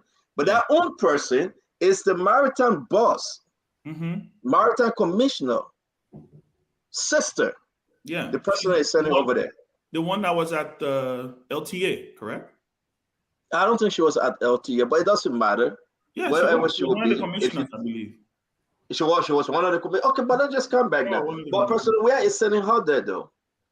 Eugene Nagbe's sister. Yesterday, our brother, yes, LTA, you are correct. Our brother is telling us, our brother Kev Hassan said nepotism is only in Cummings' orbit. But is that nepotism? Oh, but how will you call this though? But she's not related to the president. Oh, it should be. Oh, so now that the element, if you nepotism though. No, I love the argument you're going to put. But now it's the thing that, okay, it's all right. You can have Eugene Nagbe and his sister working in the government. You can have everybody in the family member working in the government. It's fine. But we shouldn't go on that yet. But Eugene Nagbe's sister, though. Of course. But Eugene Nagbe is not the appointing power. Nepotism is if you're the appointing power. Now, it may be conflict of interest in certain areas. But I'm just, and what nepotism is. I'm raising the argument. Hold on, brother, slow down. I know you are supporting John Manuel at this time around, but slow down. I'm raising the argument. You know how to respond to you, No, so it's yeah, okay. you must respond. You must It's not a respond. big deal. It's okay for you to support Joe Go Biden. ahead. Yeah, it's okay for you not to support the other people. That's fine, man. That's your right as a Liberian. That is I'll not ask you the question. nepotism. But I didn't give me chance, man. What's the definition of That's nepotism? not nepotism. Man, but give Nepotism me is the chance. practice among those with power or influence of favoring relatives or friends by giving them job. Relatives and friends. Favoring relatives. But then nobody will work with you. Give me chance, man. Give us chance now. It's not a matter of nobody will work. When your brother Kev Hassan accused and point out Mariah Kula and her fiance, you guys say, yeah, it was the other form of. No, I never agree with Kev. I never agree with Kev. Okay, but Ben, let's come back. Ben, let's come back. Let's come on the issue. You can define nepotism. It's right there. You get your clear understanding. Let me say this. First of all, must that be Eugene now with no, sister? wait. Let me say something quick. So you remove Madam Salim. Let me respond to your little. No, maybe you say that cronyism. Maybe instead of. No, you can put anything to him. Must it be Eugene now with sister though? And Eugene our man. It's a confirmed. It's a confirmed that his sister. That is sister, but you inter orbit. That is my sister. You are LTA. That's a Peabody. Your friend Eugene Nangbe that came here, you shook his hand. You visited him. Your friend Eugene Nangbe that is sister. Our friend. You call him more than I do. So you know. But Ben, I know you're supporting this president, Ben. There's nothing wrong with it. That's your right to support the president. So everything the president would do or say, you support him. That's a God-given right. That's your power. That's a Liberian. Yeah, don't interrupt me. Let me finish. Yeah, because right now it's like rapid fire right now. And everything you're going to say, I'll see you this few days, defending President George Manawia on his appointment, okay, that he will remove and replace. It's constitutional right to do so. But it's okay, man. The CPP folks say you can go. Go to CDC. They asked you to do so. You're talking for CPP people now? No, I'm not. But I'm hearing they say Bear is out. He can go. Okay. You know the good thing about me? You know the good thing about me? George, so you can go. No, you know the good thing about me? Unlike other people, when I decide to support, I can do it. I don't care what people say, what the opinions are, because we all have opinions. They're like noses. So when that time comes, that's not an issue. The issue here we're talking about is you trying to say that the president appointing this lady is nepotism. I'm just saying it's a form of nepotism, right? It's a form of some kind of tism. So is it nepotism? Is it nepotism? Because you have what her name at finance. Minister McGill's sister is at finance. But you see, they got different people who have relatives that are in government. Don't read the Fagon list. We got our Fagon list. Don't read Fagon list. Fagon list to say who all in the government got relatives and friends in power. Okay. So we got that list. But let me say to you, Ben, this is Commissioner Eugene Nangwe's sister. Yeah. The president appointed her, said go ahead, replacement dinner. We said. Okay. That's not our discussion tonight. But then why you brought nepotism? It's a side key. Okay. But then you want to address it? Peabody said, don't throw stone when you're in a glass house. Mm-hmm. This is in CDC. Any form, shape in which you're going to say it tonight, it will not be balanced because you know what? This government is doing the same thing. Don't blame Mariah and what's the guy name? It is what because they work with commies. Don't do that. That's the same thing your government is doing. Let's be fair. Let's just be fair. That's the same thing your government is doing. You know what? She was appointed. So are we saying that Mariah, the situation is nepotism also? Yeah, go ask Brother Kev. No, but I'm asking you because you that's what Kev is saying. You guys agree with Kev. But let's move on. So when with this, I can't understand Samuel Twag telling the woman, say, I will encourage you to professionally and respectfully turn over. Since your turn is over 2022, it's expired. Is that a decent choice of word that you're saying? I'm encouraging you. So that woman who serves as an ambassador, she doesn't know anything about respect and professional. That I'm encouraging you to respectfully and professionally turn over. I'm encouraging Twitter to respectful and professional answer why is he involved in this. That's a good question. That's a good question. Ben, Toy is your friend. You help us understand. I have no idea. That's why I say I'm shocked. Why is the Minister of Finance calling the outgoing Secretary General of the Mano River Union? I would want to believe that this is the function of the Minister of Foreign Affairs. But hey, our Foreign Affairs Minister, he serves in the office of the president now. I think he's like he just walk behind everywhere he goes. So maybe that's why Twe is doing his job. But I mean, I don't understand. Maybe there's a reason. And again, I don't know about the functions of the MRU. Maybe there's a component there where Minister of Foreign Finance can operate. So I was just a little surprised when I read it, like you did. That was my question. My question was, okay, why is Twe making this call?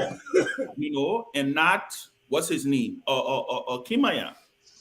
So, but listen, maybe we'll get it in. But like I said, Let me move on real quick because this is too much. We got to open the phone line. It's 9:35 in Liberia, 5:45 here. Let's talk about any other thing you guys want to say about this. If you can highlight what Samuel Sonna just said.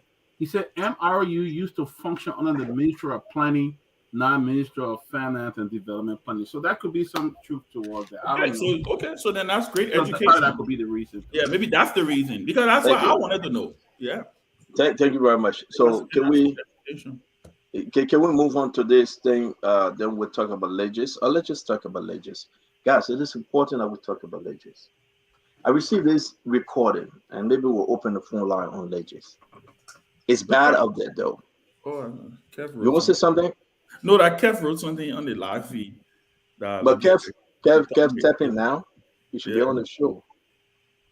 Cummings is encouraging. He said usually it's not the appointing power, but Cummings is encouraging nepotism. I mean, I don't understand Kev. Okay, so it's okay. I think Kev is coming. Yeah, we'll have that argument. but let's talk about this religious thing, though. This thing is going crazy out there.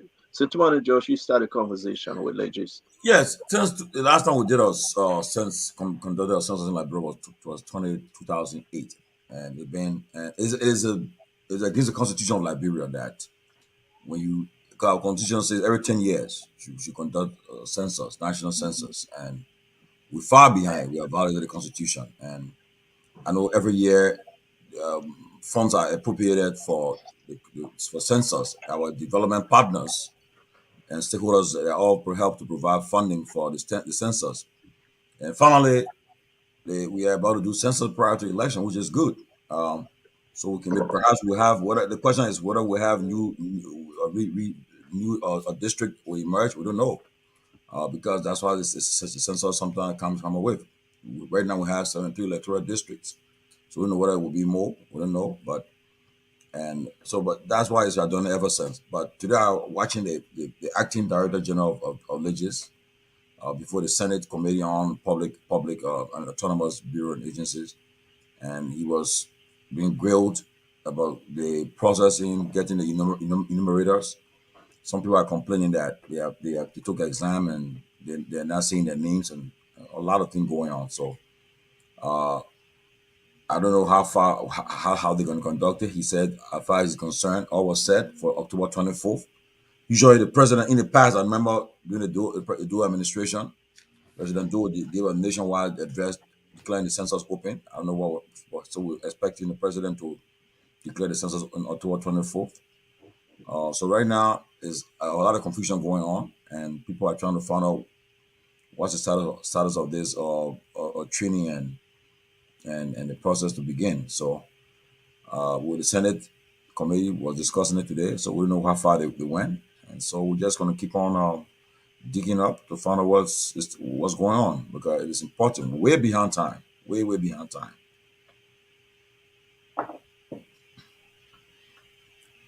Chairman, I share the same thoughts with Tommy 100%. I think we need to stop. Look, there's a reason we have a constitution. There's a reason we are a constitutional republic. There's a reason we are democracy. Democracy is not cheap.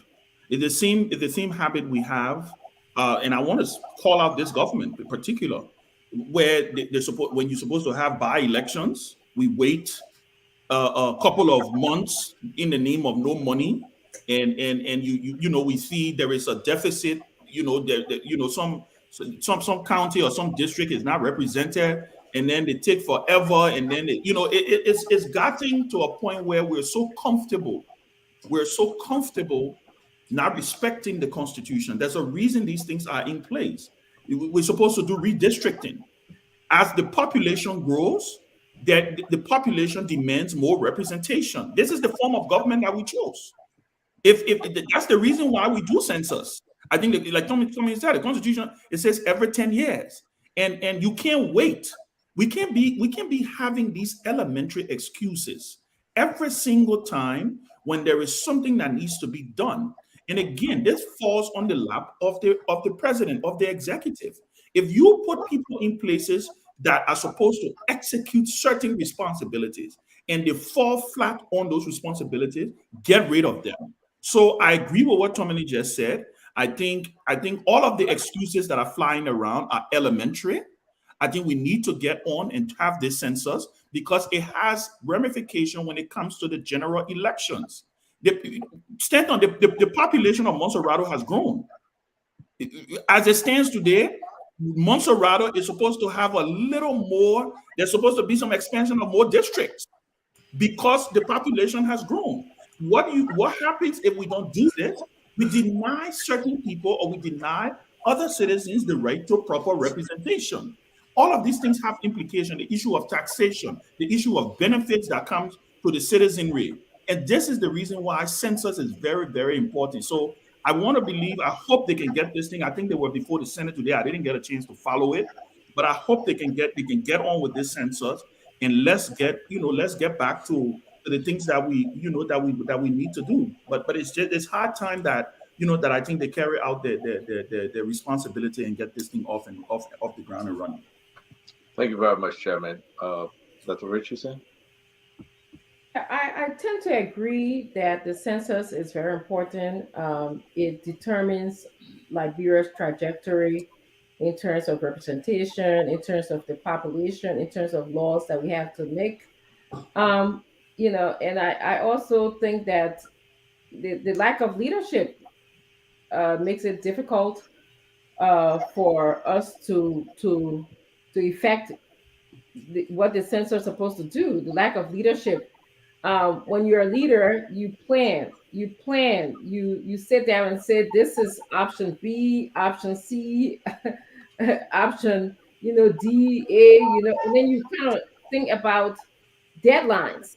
And for us not to be following deadlines and not to be sort of anticipating whether we have money or not is troubling. And that's what a leader does.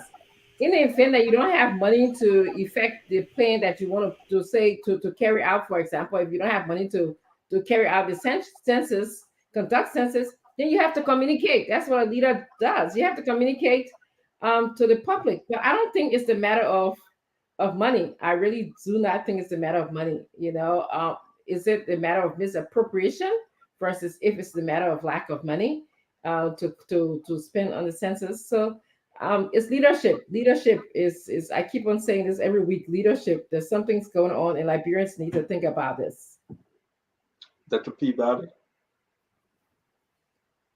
We have few more months, about a year to the election, and we have not even had a census. I think this is a grave concern. I think the president needs to act, and those responsible for this need to act, because less than 1 year, when will you begin even the process? It seems that the process has not even started, and you got election coming. You will not be able to tell the different district or how many people you have and all of that, and then how will you be able to deduce that when it's election time and you have this population or how many people you have? I think something needs to be done about it, and I think this is everybody's issue. We shouldn't even just see it as the government issue, but I think that the opposition should be voicing this out as well, because this is a concern for all of them, all the political parties. This should be a concern for them as well.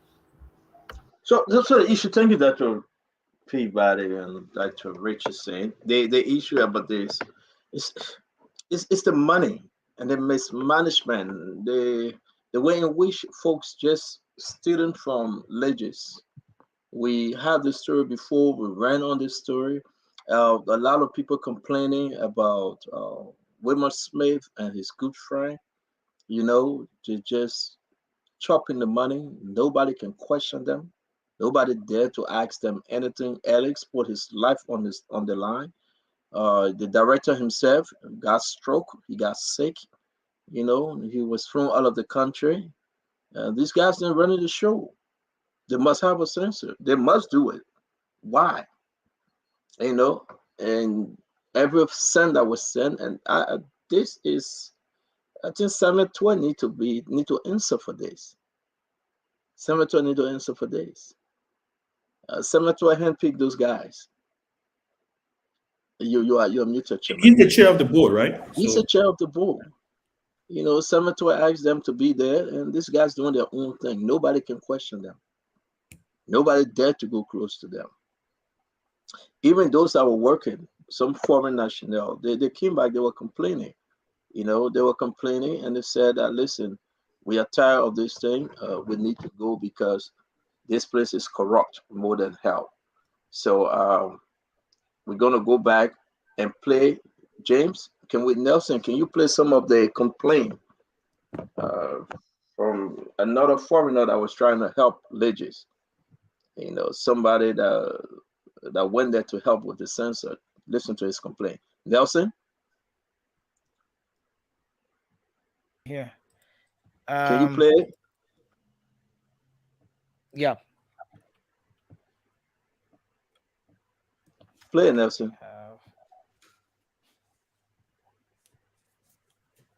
Okay.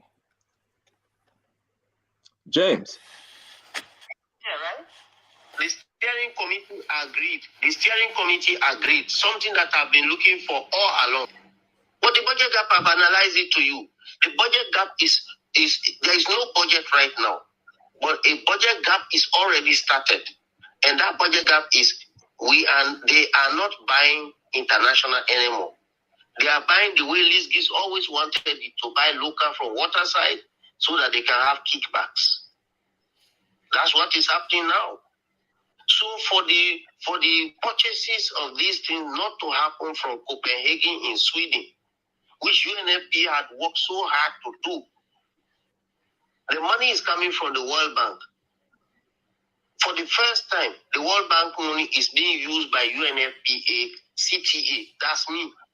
Because on the 29th of March, 2022, the steering committee agreed that there should be one work plan, one budget, one modality of expenditure. Because we told them that Lisgis always says that, oh, this is World Bank money, UNFP has nothing to do with it. So my position is, I have not seen a census in which we have two systems. The CTA superintends everything. He has to clear every expenditure. But we are spending money on internet. Then Lisgis will take money for internet from the World Bank. We spend money on XYZ. Lisgis will take money for the same XYZ from World Bank, because we are operating two systems throughout. But on 29th of March, steering committee said, enough is enough. You guys go and stop this. Even the Minister of Finance was talking about it. Samuel 12. He said, hey, this is what bringing the budget gap. Augustus Slomo backed it up. He said, yes, this is a good thing. So that gave a lot of power to the census CTA. Because for Lisgis to spend money now, to send anything to Abdullahi, I should see it and initiate it before they will send for no objection from the bank. So there is no way now they will spend bank money without me knowing. Once the steering committee said that on 29th of March 2022, Lisgis letter was set to come within the next 10 days to say we don't want to work with this man. So pause it, Nelson, pause it. Pause it, Nelson. So guys, I hope you following this story. They gotta have two systems. Just for those, listen to us by word of radio. Two systems. They will collect money from this and the guy will go back again and collect money for the same reason. The gentleman speaking, he left the country. He got mad, he resigned, and he left. Did he He work there? asked Who was he? Abdullah. Oh, okay. He was working there from another country. He came by way of UN. So like an and expat. Okay. Yeah, and then he said, you know what, I'm done. Do not renew my contract. I'm leaving. Because once they have given him the power to oversee all these different accounts, the guys then write to the United Nations and say, we don't want him. They say, oh, please recall him. We don't need him. So that's what people are. They're going to get money for Apple. Then they will go in the latest account and get another money again for Apple. That's his frustration. Of course. We have 7 different clips. We'll be playing them tonight for Liberians to understand how terrible it is that the same guy saying that we want census done. No, that's a joke. It would be impossible. No, you cannot. They're saying that we want the census done. You cannot have the census because it's a complete joke, waste of Liberian time. You cannot have it both ways. And it's frustrating. Let's understand whether the government is hearing this, whether person where is hearing this. I'll continue the clip and we'll hear from the rest of the guys on the first clip. Go ahead. I want to work with this man. Started from there. And the very first use of that power that was given back to me by the steering committee was to buy these goods. Because me, I knew all this budget that this makes is inflated. This is what has made the census to be very expensive. Always creating the situation like government of Liberia is so weak, they don't have the money to buy the services and goods for the census. It's not completely true. The money that this government has put aside that I know for this census is so big that it would have gotten a handsome look of the government of Liberia. But it's all in corruption. That's how it is. You know about the 750,000 last year, which convertible was at that time 842,000. They chopped that money. You reminded them that they should send it to UNFPA account. I told Philip, and Philip gave the account Pause that to woman. him. Pause that woman. That's it. Let's pause that. You see, when we flag these things, Toman and George, the man said they ate that money. You heard exactly what he said. You know about the money that came out? Yeah, but my issue is that you see, look, that's why I have problem with our lawmakers, and one of the cardinal responsibilities is oversight. Now, is you ask yourself the question every year when the budget comes before them, they make appropriation for the census and so forth. So the question should have been, why since 2008 you have yet to conduct a census in Liberia, which is a violation of the Constitution of Liberia. But every year you appropriate something. Same thing doing the executive mansion, appropriating money. That one started from the last administration now. You appropriate money for executive mansion, but then it was still the same. But then so because when you make appropriation in the budget, you have what they call the budget, the performance budget performance report. I think certain amount, either 3 months or 6 months, you come before the legislature to tell us the money we appropriated for this project, tell us how far it's going and what give us some update about the money we appropriated. So all these things, if it's not happening, then I mean, what are they doing? Because by right, you should be able to say, look, if you guys do not conduct the census, you got our partners be giving money to now. We will not appropriate money given for the census until we hear why the census have not been conducted. But these things have been sliding, and today we're still having problem with the census. We know whether it will really start October 24th. We don't know. There are issues of corruption in religious and lots of things happening in religious. We have no issue. We have no update about whether LCC have even investigated or what the outcome of the investigation concerning the corruption have been taken. Allegation of corruption. Okay, what allegation of corruption? We don't know. So yeah, a partner, or international, a development partner, or international person saying that people ate the money. I mean, again, I want Liberians now, because people are asking, I want to hear that one more time. If you can, Nelson, move back just a little bit, maybe 15 seconds concerning that money. And Chairman, I want you to speak. Then from there, we'll go back into it before getting to that to Richard say. There's some money, and we discussed this on the show. This is our guy that came by way of the UN, saying that these guys that this and you have not gotten all of it yet. He called names. He called names. He said they got to chop the money. They had it. Yo, Nelson, play one more before Chairman jump in here. Just go ahead. Reminded them that they should about the 750,000 last year. About the 750,000 last year, which convertible was at that time 842,000. They chopped that money. You reminded them that they should send it to UNFPA account. I told Philip, and Philip gave the account to them by October, November. They never transferred that money. That money was chopped. Nobody talks about it. 842,000 is a lot of money. Then you know this year that they transferred $2 million that never reached UNFPA. You see that? So if the CTA is in charge of those things, it doesn't happen because I'm not in charge of everything. And the first time I exercised the authority given to me by the steering committee, once I started to exercise it, I went to Washington and I got Abdullah to agree that I will buy those things and everything. Come on. This thing is getting too deep. Paul just said, Nelson Paul said, the man is calling another money, $2 million was chopped again with the exception of the first one. He said $2 million was chopped. Listen, guys, where is Liberia? You got to talk to us, Chairman. Look, where are we? First of all, with this, I mean, I'm shocked why this tape. First of all, the guy that's on this tape, why the government of Liberia have not reached out to him in any shape, form, or manner to institute whatever investigation. He seems to have some facts that he left the country. I can tell you this: we couldn't play the tape. It was given to me, but he asked me, "said Listen, let me leave the country before you play." Okay. I've been having this almost a month. He begged me. Each time I try to bring this latest thing, he said, "My life is on the line. You don't want to play the tape. I trusted you. When I leave, you can play the tape." And this is why we play it now. Yeah, it's disturbing. It's disturbing. It is clearly disturbing that because that's someone who you want to consider an informant, somebody who is a whistleblower, somebody who has firsthand information.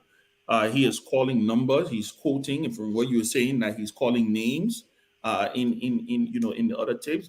Look, this religious thing. That's why I'm glad you said Minister Twe is coming on the show so he can, we can finally ask him some questions regarding this religious thing because it just seems to be this religious thing seems to be a sword that can never move from on this government foot. So I don't know what the issues are. I know we attempted to bring the religious folks on this platform and they really fell flat on their face without providing any clear sense of direction on what they were doing over there and how they were expending monies and using resources to go about doing this sanction. But the tape is clearly disturbing. It's clearly a cause for alarm. And I do want to, I hear what Tomlin is saying regarding the national legislature. I think I saw them again before the legislature today talking about the census, but I think the onus is on the executive here. The president needs to, the executing arm of our government needs to institute some kind of investigation. Not necessarily because, I guess when you say investigation, you get tired because there's been so many investigations. But, we need to do something, especially someone who is an expert, who is from our partners, who is saying these kinds of things. This doesn't look good in any shape or form. And so, so I agree. I think there's a lot of concern when it comes to this religious issue. Chairman, thank you very much. I want to play this money. Let's go back to the monies right there that Rich is saying you will speak. He's talking about two different kind of money. The 800 and some thousand United States dollars and the 200 and the 2 million United States dollars. And he emphasizing that the money, he's not the only person. I have another UN representative that was at the legend. She confirmed this story. And we'll talk about her later too. Not completely true. The money that this government has put aside that I know for this census is so big. that it would have gotten a handsome look of the government of Liberia. But it's all in corruption. That's how it is. You know about the 750,000 last year, which convertible was at that time 842,000. They chopped that money. You reminded them that they should send it to UNFPA account.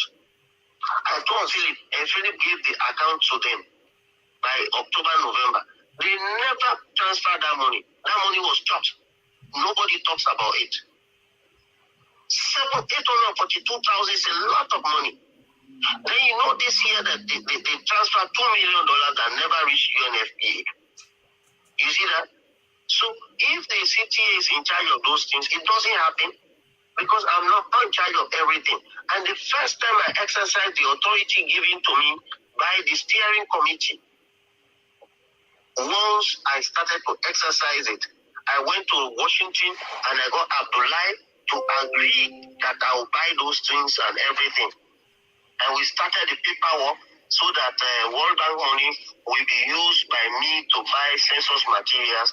The guy said, Mr. Sisi is going to save $543,000. We should not allow him. So they said they don't want me. They are not going to work with me. I should not be involved in anything in this case.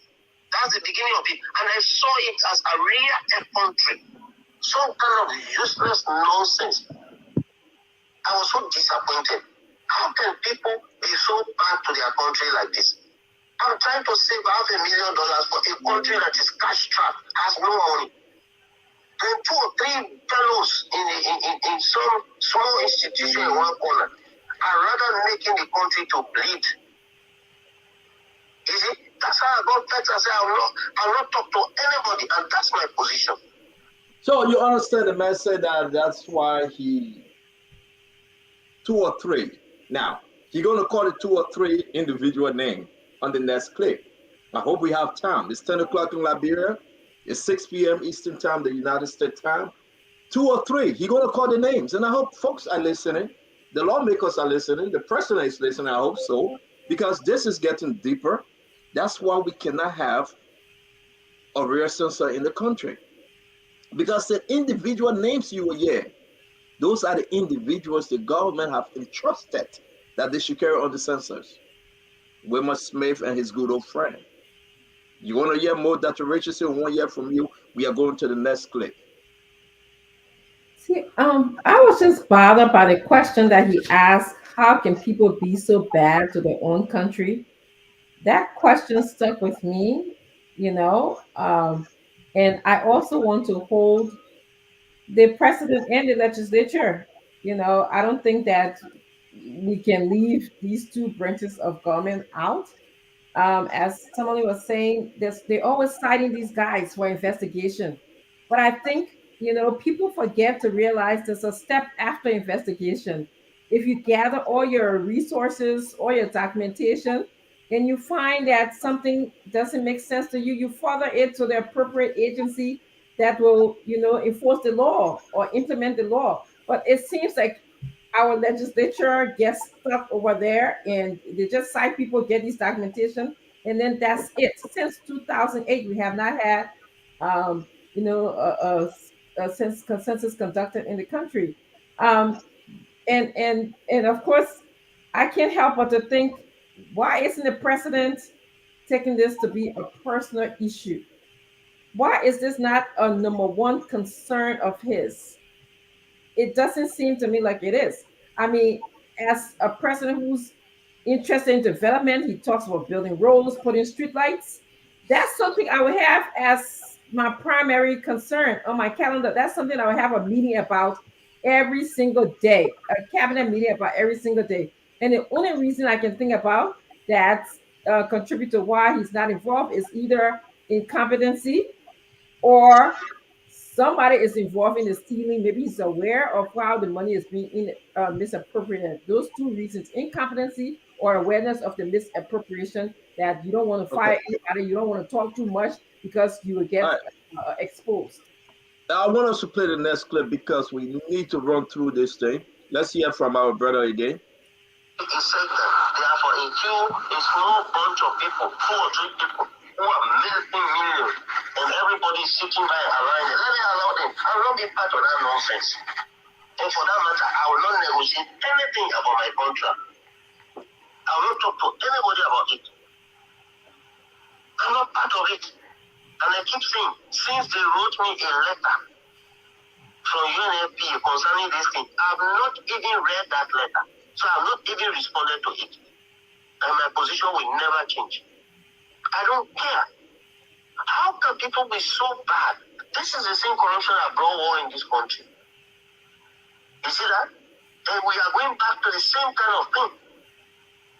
So now we have the budget gap starting, and it will soon show. And the partners will know about it. This is going to force government of Liberia to cough $543,000.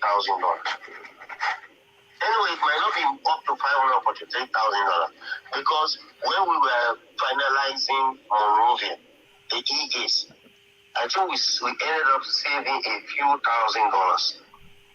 But say what you mean, it will be like up to 450 something thousand. Because we have saved more money by reducing the number of EAs in Monrovia. We are working technically to reduce the budget. Every day, that's what we do. But you guys in this case, you are working technically every day to increase the budget, to increase the expenditure. Because you benefit from that. You don't care if Liberia suffers. And so, tomorrow, George, let me come back to you. We are working every day to reduce the budget, but you guys in Legends working every day to increase the budget because you don't care. It benefits you guys in Legends, but not Liberians, not Liberia as a whole. This is powerful. This is the right statement to the folks that conducting census today. And guys, you got to understand, LDCC hold them on paper.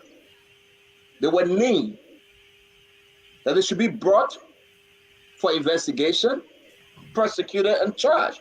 But up to now, we have not heard from the president. This is someone that is reporting every activities that went on while he worked at Legends. We have 7 clips. We're going to play them all, and Liberians need to understand what you see on the street. The people demonstrating that they're not getting paid, they pass the test, people charging them. This is what happened. Just imagine now with all that occurred with Legends. We didn't hear anything and then we didn't see any action that was taken, or anything that happened at Legends. I can imagine next year when the lawmakers and everybody go leave the capital to go campaign, we'll have a lean dog government for a long time because nothing will be happening in Monrovia. When everybody because they'll be on the campaign trail. Those who decide to endorse that which candidate they want to, or party they want to be with, they'll all leave for town, be in the interior campaigning. And I can assure you, there'll be nothing happening in the country. No functioning will happen. It'll be a lame dog thing. People will not. Everybody will be focused on the campaign because don't forget, 73% will be fighting for re-election. We have another hundreds of people running for that same 73 position. 15 senators fighting for re-election. Hundreds of people fighting for that same 15 seats. It'll be crazy. And you got the president said that they'll be going for. So just imagine, I would have expected some action. So investigation should be conducted at Legends to ascertain the facts about what happened, why the census wasn't conducted, and the money that they've been accusing each other about. Would have found some understanding about what happened, but we didn't get any feedback from there. And the census is about to start. October 24th is going to kick out, and they're still having issues again. And I'm disappointed in our lawmakers, and I don't know. I just can't fathom. Only in our lawmakers, Senator. I mean, because the executive branch is doing nothing, right? So are you disappointed in the president for not taking action? Of course, I'm disappointed in the president for not taking action on the major issue. But my concern with the lawmakers, the reason why they call the first branch of government, you have oversight over the executive branch to make sure that you have the power to call people to before your committee to show cause why. Why couldn't the president just go by the recommendation from LDCC? We got people speaking now. Why is he still dealing with Wilmer Smith, the chairman on the board? I Samuel mean, Chua is there I've said keeping it his several guys, times. and all of them. Why? I've said it several times. My biggest problem, one of my issues with the president is that the lack of political will to act. That's one of my problems I got. Where you will act. I mean, use that. I mean, you're the president. You have the right to act. People say, "Oh, wait, and pleasure." You can act. Take the action that will bring credibility to your government, and people will not just be hating your government. You know, you have to be decisive. He is So decisive. let's play before we go to chairman. He got a more to say on this thing. So that's it. When we wrote that letter in good faith as development partners. You see, we wrote it in good faith to be frank. So if people are quoting that letter has no blemish anywhere. But you guys in Lisbon, you work against the good intention that made us to write a letter like that made us to say census should be in October. So Liberia will not suffer, Liberia will not lose money. But your action every day is to make sure that Liberia loses money. Me, I'm tired. Chairman, he said he wrote the letter under duress. He was forced. Hey, man, Chairman. Listen, like I said, this is alarming. It is at best. The current leadership at Legis should not be there. Plain and simple. With all of this hanging on their head, they should be, even if you won't fire them, suspend them for time indefinite, pending whatever you intend to do. But this is disturbing.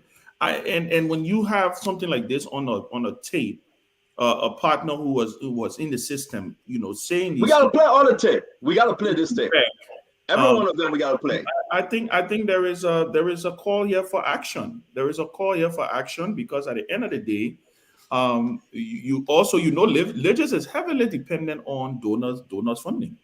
It's heavily dependent on donors funding. This is scary enough for donors to cut off funding. They're going to hear this. From they will hear this clips. Exactly. They will.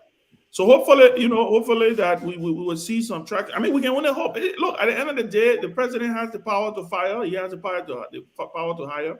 The legislature, so many years again, I hear you, but the legislature can only do so much in this. I mean, let's be fair to them. I mean, they could court to make it court of parts of vote of no confidence in the legislature. I mean, vote of no confidence in For the record. Santomani, I believe I would side with banning this one. Yeah, vote of no confidence. The question the president should do. Why? When you go to church, we know the songwriter say, "What more do you want him to do?" Yeah, the president right now should just take action. I mean, because let's even push the conversation further, right? What else do we need to hear at this point? When you hear nothing yet. That's what I'm saying. When you hear an audio, right? When you're calling for oversight, when you're calling for legislative hearing, is to be able to extract information. Maybe I will agree with you that maybe the legislature or whoever the chair on the autonomous agency or whatever that Legis falls under should immediately speak on this issue and try to put some pressure on the executive. But in the end, the buck stops on the president's desk. He's the executor. And again, like I said, this is alarming.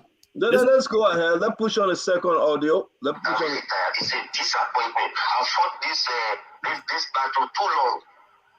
So let them have center stage. We have only 1 month to the 1 month, a few weeks, 1 month, 2 weeks, or something like that to the census. But I know that there will be a lot of damages now. Right before my eyes now, you guys are creating a new budget gap of $500,000. And it's going to be more.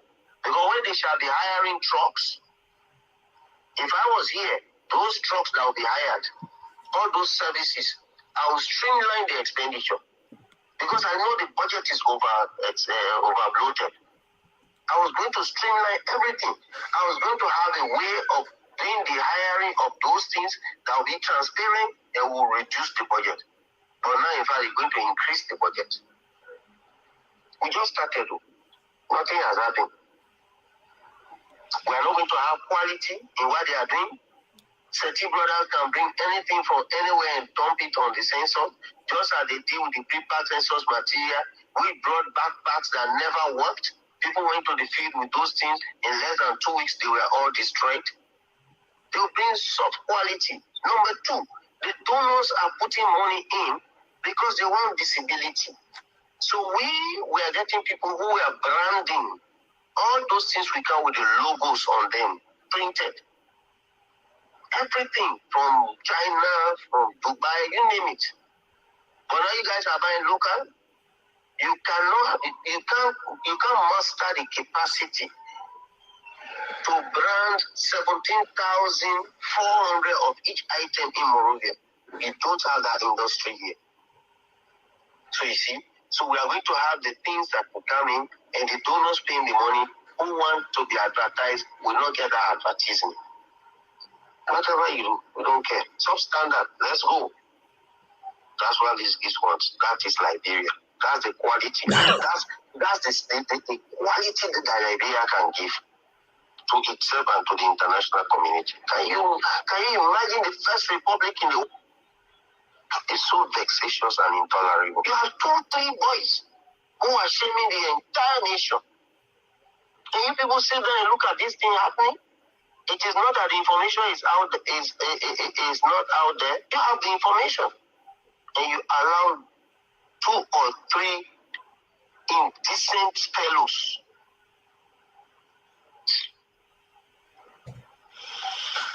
Oh. 2 or 3 indecent fellows.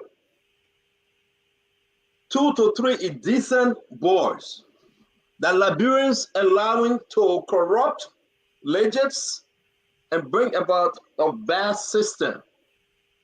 The man make reference to the equipment that Women Pay and the rest of us city bought from Ivory Coast or somewhere. They chop the money. Substandard quality. It's so wicked. Guys, we got 7 audios. We will play one more, and the rest of the 4 will play tomorrow. We want you to join us tomorrow. We'll play one more. It gets interesting. He's going to call names. He will be calling names. Liberians, you need to hear for yourself the reason why we are in the mess we are in. What more? Who need to speak for the government to listen? Dr. Peabody must it be you, me, Dr. Richardson, Chairman Ben, Centomonio. Who?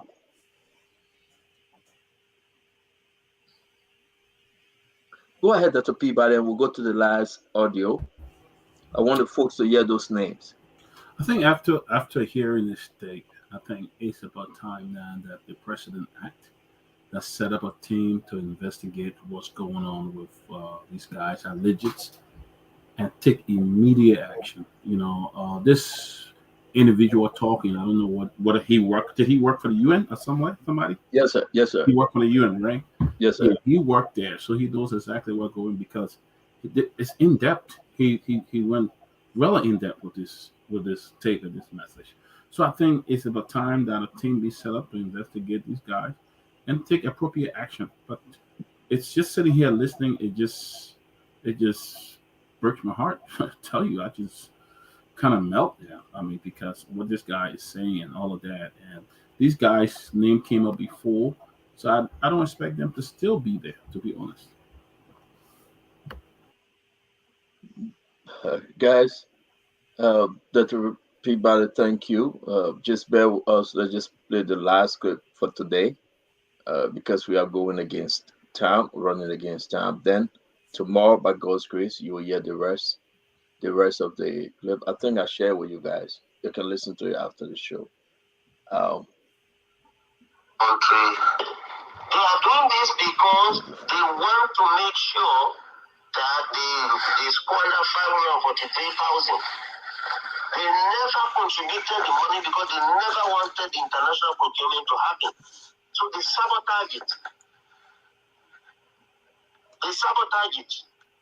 It took them 37 days before they will release money.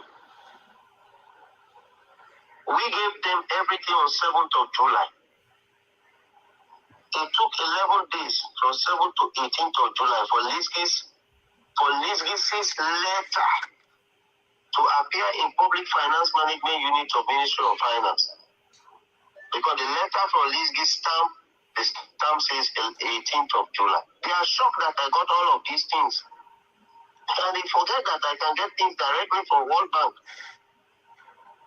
They've been lying that, oh, the money has gone to Nairobi. From Nairobi, it will go to Copenhagen. You can't fool around with somebody like me. I've been too long in this international community. So you sit in Morovia, you know nothing. You are just upstart people who have no experience on how the international community works. And every day you go to a meeting and you are lying. And they thought I would sit there and listen to those craps. No way. So I got in touch with Washington. That's how I got the World Bank dashboard. We gave them on the 7th of July. Nothing happened until that day when we were squeezing them on August the 4th.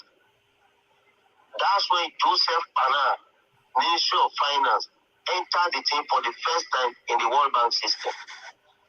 Entered it in the morning and updated it. As if that was not enough, that there was not enough delay. The very next day on August the 5th, Friday,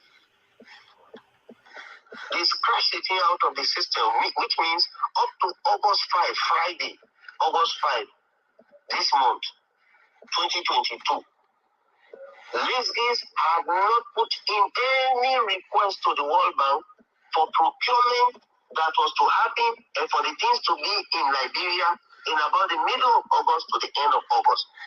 So by August the 5th, nothing happened.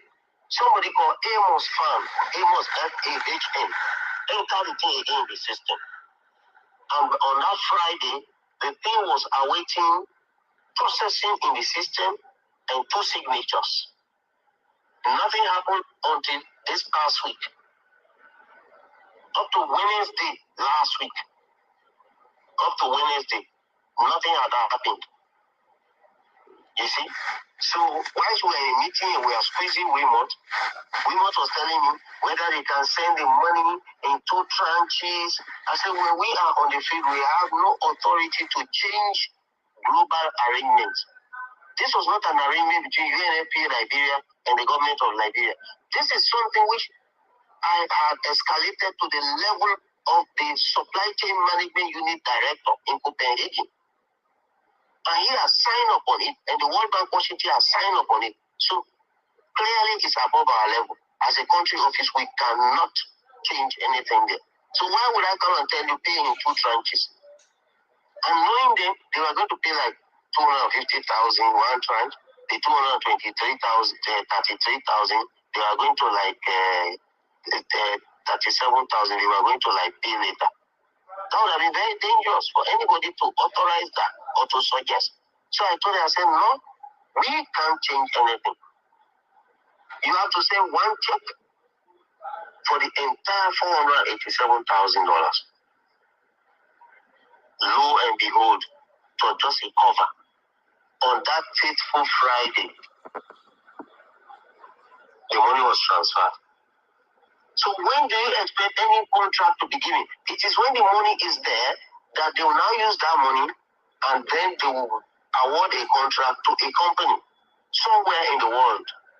So that was the starting of the whole thing. So why didn't international procurement happen? Because the government sabotaged the whole thing, the arrangement that UNFPA did. We were working day and night, holding meetings and everything. And you guys sabotage that thing. And you feel that you can develop Liberia like this? No. There is no law for country. No. Patriotism flies out of the window. Love for money is with us. You have only 3 people that are important among those Liberians who are doing that. And the rest of the Liberians are suffering. The 3 people are me, myself, and I. Everything is about me. I always try for myself. and I will always be the one that will benefit. So you have 10 people only in Liberia, me, myself, and I. The rest of the Liberians don't matter. Why? Lord have mercy. Folks, I know we got to go to the phone line. You know, I want to say before we something. do. Yeah, I want to give you guys 1 minute each to speak. Then we'll go to the phone line, Chairman. Let me say this. There have been scandals in the past. This is not about what has happened in the past or what hasn't been. There will be scandals in the future. There's always scandals when it comes to governance, when it's human beings. But the difference here is, and I'll speak directly to the president tonight. I want to believe he's an avid follower of this show. So I want to believe at some point, if he's not watching now, he's probably going to hear this at some point. I think he needs to do something about this. The fact that this man is on the record, this is a bombshell. I mean, there's no way to sugarcoat it. There's no way to window dress it. There's no way to try to make it appear like, oh, yeah, maybe let's do. Listen, if the Liberian government should be reaching out to whoever this guy is, he ain't got to come back to Liberia if he feels that he needs protection. But they should be reaching out to him to be able to provide them with whatever evidence that he has in his possession, because he seems to be speaking from a position of strength. He seems to be speaking from a position of someone who knows exactly what has been going on at Legis. To hear a foreigner talk about there's no love of country, like Dr. Richardson was alluding to, right? To hear someone who is an expat who came into the country to work and to help and to say, you know what, I don't want to be a part of that nonsense. I'm gone. This just should be a wake-up call. And again, like I said, there will be scandals in the past. There were scandals in the past. There will be scandal in the future.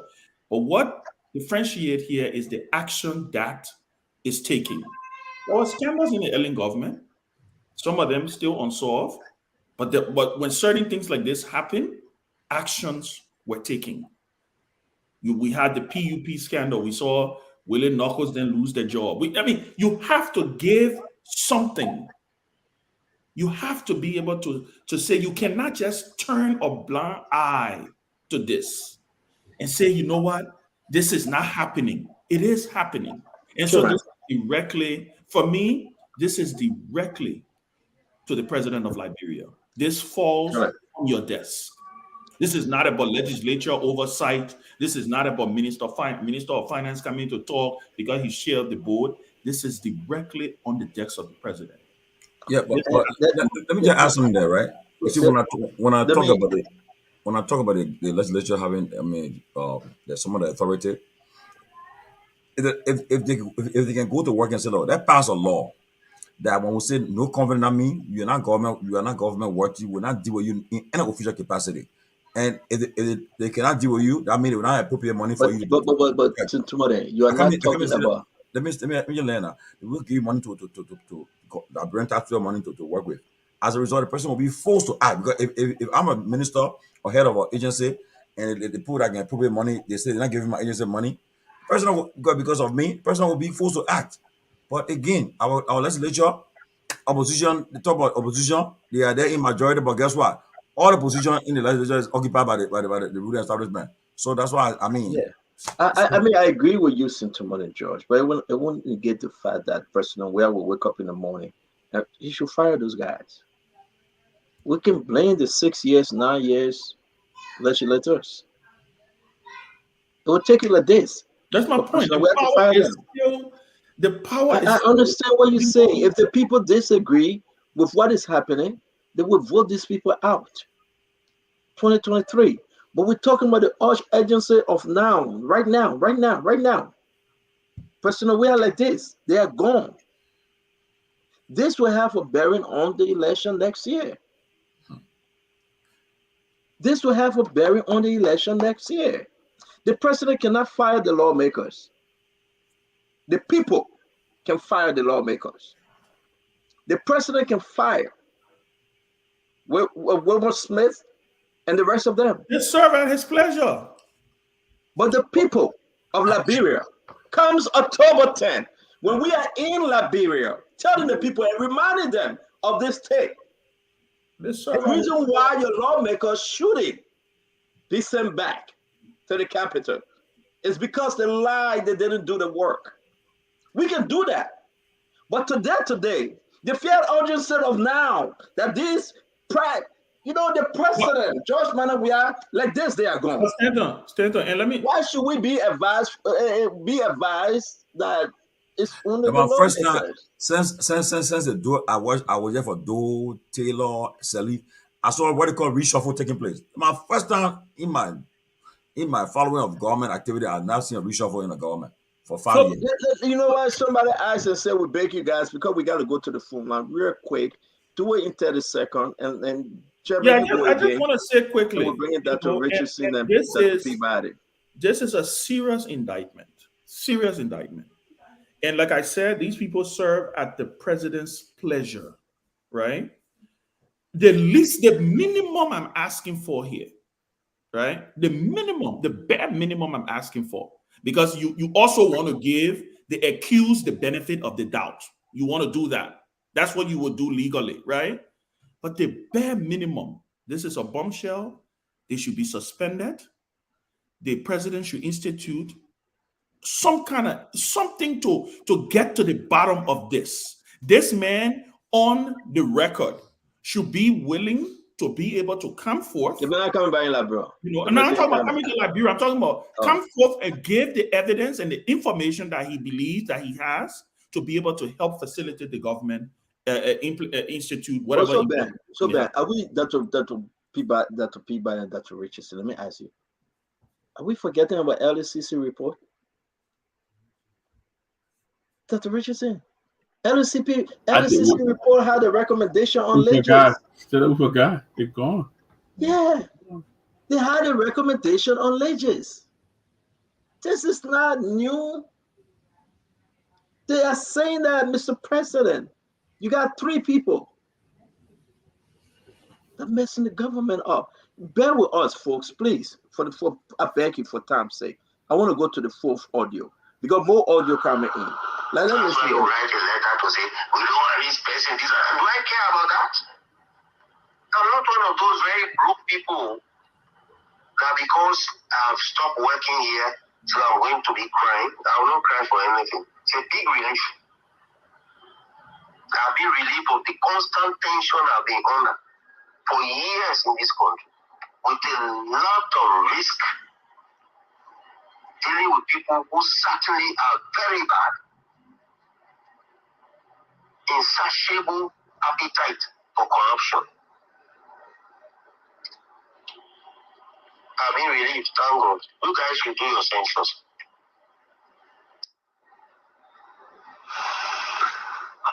We must be sure that talk to Abdullah. They will take money from the ISWA project to cover up the budget that they are creating now. So this comes to something I've been talking, that the World Bank money is soft money. And these guys go to that account and just source money out. It doesn't stick well of the way you are using World Bank money. But this is where the friction has always been. The corruption has not been coming much from UNFPA money. The way they eat UNFPA money somehow is acceptable because you cannot go to the last decimal point trying to see what people are doing. But World Bank money, real money is taken. Real bulk money is taken and chopped. Grousingly, not hidden. And nothing is coming out of it. And I cannot be crying more than the bereaved. No. Oh, so do not blame that letter. The letter from the partners is on the side of the broad mass of the people of Liberia. That's a Peabody. The man is saying that the World Bank money that what government officials are chopping That where the real stealing coming from, the World Bank money. And I would tell our folks though, I would do everything to speak with this guy from wherever he is around the world to address this issue. This gentleman that is on the audio. Liberians need to hear from him. Election, election is coming. Election is around the corner. The man said the real money that these guys are stealing from is the World Bank money. And Liberians, before you get ready to call on the show tonight, and we'll remind Liberians, I got so many audio. Listen, we got this information, we will play them, not only on ledges. We have these recordings. We're keeping them for the appropriate time to tell Liberians, make a wise decision next year, 2023. We must play them. We will play them. Let me ask a question. Did this guy alert any of his bosses at the UN about this kind of corruption that was going on? He said he spoke to them, some of them from Washington, D.C. It is, I think it's about time that, you know. He spoke to them, and this recording, I have received a lot of requests. Folks are asking for the recordings, all of it. Folks, like you said, those people that actually from, I will not say where they're from, but we have to share this information. We have to share these recordings. It's going to get bad when you listen to the rest of the recording. This man he threw everything out. He threw everything out. He's tired. And there's another recording from someone else that will be playing that recording also. You know, this on the same ledges, and these people are mad. They say they are mad because the Swedish government, World Bank, all these people pump money into the process, and guess what happened? It just happened that these guys have enriched themselves. They have enriched themselves. So I beg you guys, let's go to the phone line. Let's take some calls, and then listen to Liberians tonight. Guys, bear with us. We'll play the rest of the audio. We'll not play the female audio because it is important she's stay in the country. We're going to give her a few more days to leave our earth. Once she leaves the country, we'll play her own audio. And she's from a different angle, man. She's so mad. And she called names. And I will call you the names. She called 3 names. You know, and they will speak for themselves. And those are asking for this from the other part of America that are asking for this recording. We can say to you that if there's no action, everything we get, we got to let it out. We got to give it to those that are interested in having it. Because we have to hold the government accountable. Nelson, can we go to the phone line, please? Can we go to the phone line, Nelson? We're going to stop this far. We are not playing any other recording. We'll ask you guys to wait till tomorrow to continue. Nelson, let's go to the phone line. Okay, folks, you can call 0555-101075 to be a part of the show tonight. So we have our calls here already. Let's take this person. Good evening. Yeah, good evening, Nelson. Yes, sir. And good evening to the Spoon family. Yeah, go ahead. Yeah, Nelson, you see, I'm listening carefully to whatsoever that the CEO are playing. I think that we are playing all our man. When people talking about the sanction what they brought on the government that it came from the opposition, that the opposition go low for sanction, that the opposition bringing sanction, that the opposition. You know how long people been talking about corruption in the government, the president cannot take action, and up to now, different person audio then can count on. Look at the type of audio. So if the international community are hearing such thing, and they bring another sanction, then they say that the opposition, that is the position, that is product of people. How can you be as a president there? You're supposed to take action, then Thank you you. take action. Thank you. That's what you did. Thank you very much. Good evening. Hello? Yes, sir. Go ahead. Be live. Yeah, this is Ali Jordan across the community. Go ahead. I will not make a decision how to say there are certain people in this country. It is that the country will not move forward. That's all. Thank you. Thank you very much. Let's take this person. Good evening. Please step away from your monitor, Hello? please. Yeah, go ahead. Yes. One more. I'm Abraham Kamara calling from Banaville. Yeah, go ahead, Kamara. I want to tell CEO thank you so much for this recording. Look, in Liberia here, the politicians, they are playing on our mind. And in Liberia, we are suffering. Come, they will bring sweet talk to us, and tomorrow they get in power, this thing happening, they don't take action. The last time I begged CEO, the entire staff of POON Foundation to help the blind with our children tuition. Can you imagine? Now, in my organization, about 40 children, they are not going to school because we don't have. And this thing is going on. I'm appealing to Mr. Waterspoon that he must see reason to help us. Okay. We have no one to depend on here. Thank you. Ask God to ask him to help our entire staff of POON Foundation. Thank you. Lord, Thank you. bless every one of them. Thank you very much. Good evening. Good evening. Evening, how are you? Hold on, Mr. B. Hold on. Go ahead, Nelson. Go ahead. Okay, go ahead. Yeah, okay, wrap up. Yeah, just go ahead quickly, Richard Flo. We have another person in the line. Go ahead quickly. Okay. Well, I just want to say thank you. I just listened to that recording. That recording is disturbing. It's disturbing. I think I heard one of the radio stations that the government has launched an investigation. And mine, because those allegations is not an evidence. So this is why it's necessary for this government to launch an investigation, which the government is doing right now. Okay. We are not even like it. Thank you. Thank you very much. CEO, you have. Let me bring in this caller. Go ahead. Your name and where you calling from? This is Uncle Pete, the man for all the copies. I'm calling from Minnesota. Make your point, Uncle Pete. Yeah. Listen, Senator, let me tell you, like people, when you are an administrator and you connive with your subordinates to do clandestine activities, you will always be apprehensive to take action against your subordinates. What is happening in Liberia? Nothing will be done because these guys have misled our president. I'm going to say it like it is. These guys have misled our president, and he's apprehensive about taking action against those corrupt people around him. Nothing will happen. Why he didn't take action on my bill? The American people had to come and take action because the president he have involved himself with subordinates with this corruption.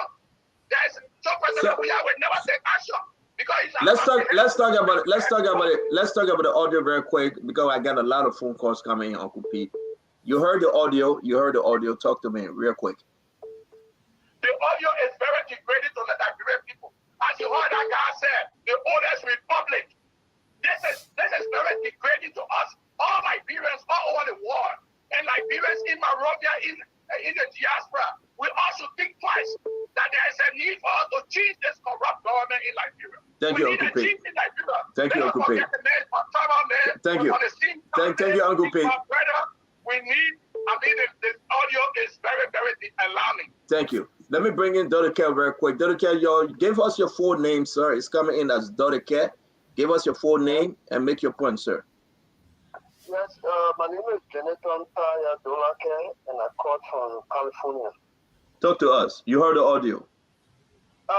It is disturbing, like many other things that we have spoken about. It is disturbing as the allegation that hangs around the rise. It is disturbing, but importantly, it is disturbing because it is about counting the population to determine the development pattern of our country.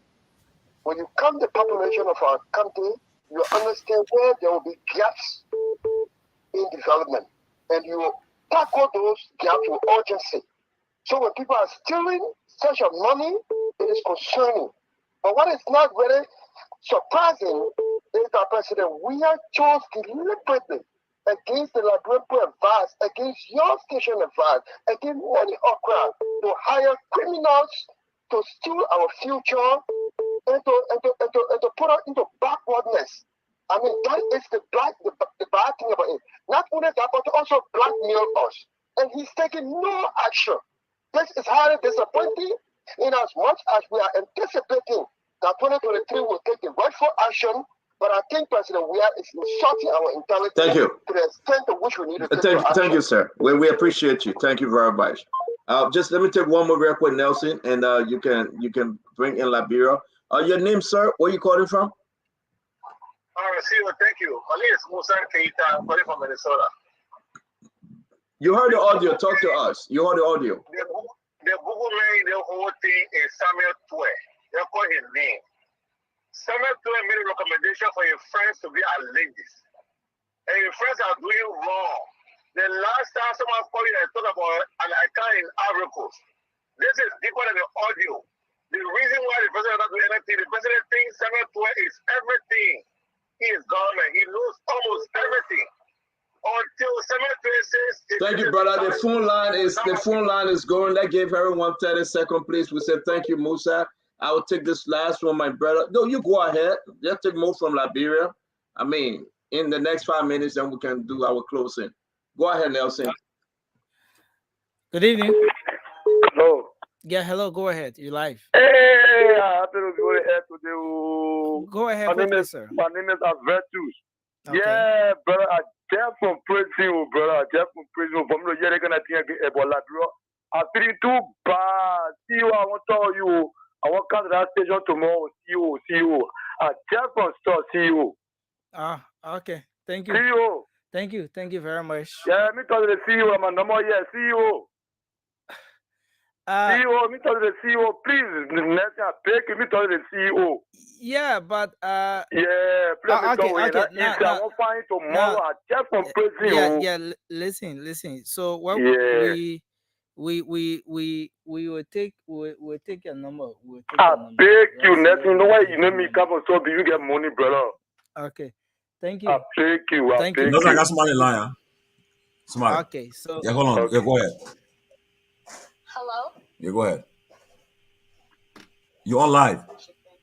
What I want to say is that obviously the Liberians in Liberia have not been making us look good too by voting the way they vote because they only care about their stomach and rice and people lying, emo criminals and incompetent people.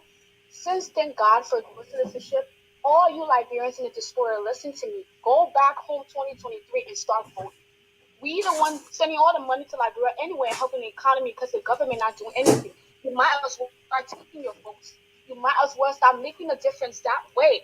Instead of us always saying, oh, no, the people vote for them, So we need to stand up to and fight for our generation. This has to stop. That's what I have to say. Thank you. Okay, let's take this person. Good evening. Yes, good evening, Nelson. Okay, go ahead, sir. Yeah, I'm Richard Keffler calling from Barnesville. Okay. Well, I listened to the clip and I have a takeaway. My takeaway is hearing a foreign national telling us that there is no law for country. It is so pathetic. It is so disheartening. And I'm sure this government will do nothing about it. We listened to many other revelations and the government did not do anything. Listen to the passport saga from Andrew Wamplu. He called me. What's happened? Nothing.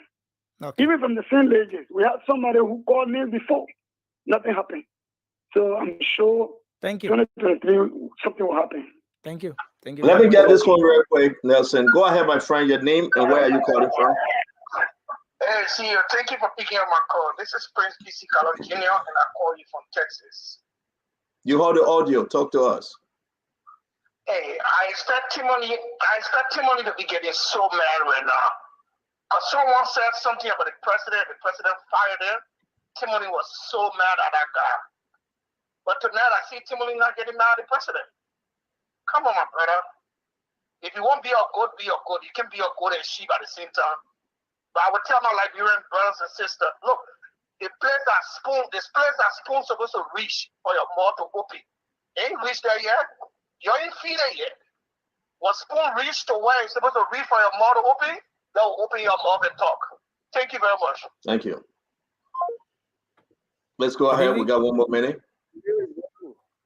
Okay. Hello, you live? Yeah, good evening. Yeah, go ahead, sir. Joseph, the line calling from Conjunction Road. Okay, go ahead. Next thing, we have to be very, very careful with such a recording. It happened this week and people adopted this Lamanime from Bomi County and was not involved. So we need to be very, very careful. And we talk, the men talk about the what the lady is not controlling what their account. So if money is coming from that warfare account, then the warfare has to be known about it. So still need to be very, very careful to be thinking about this particular because election is coming. People are trying to propagate too much of propaganda. So you have to be very, very careful of recording. Thank you. Thank you. Thank you very much. I don't know where that brother coming from.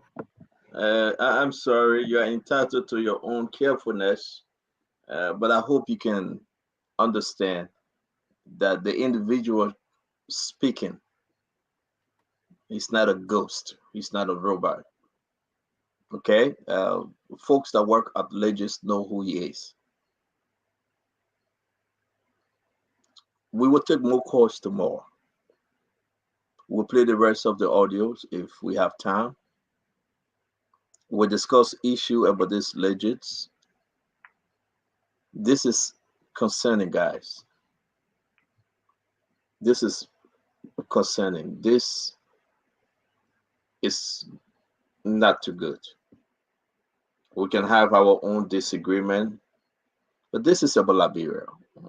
When I listen to the rest of the audios and listen to the other person speaking, these people watch Spoon, Chairman. They follow us religiously. They are angry. That's what Richardson. They are so angry that they say, you know what, we'll speak. That's the best we can do. And let the Liberian people decide. We will speak. That's what they are saying. And they are speaking. They are speaking. So let's do our closing. You guys will have the time to listen to it, and you will come tomorrow prepared. I hope the person will take action, man. If you listen to this Liberian, you listen to the audio and other stuff happening in the country. I hope you think twice as you get in your mind set up to go and vote. I hope you begin to think again. Another 6 years, another 9 years.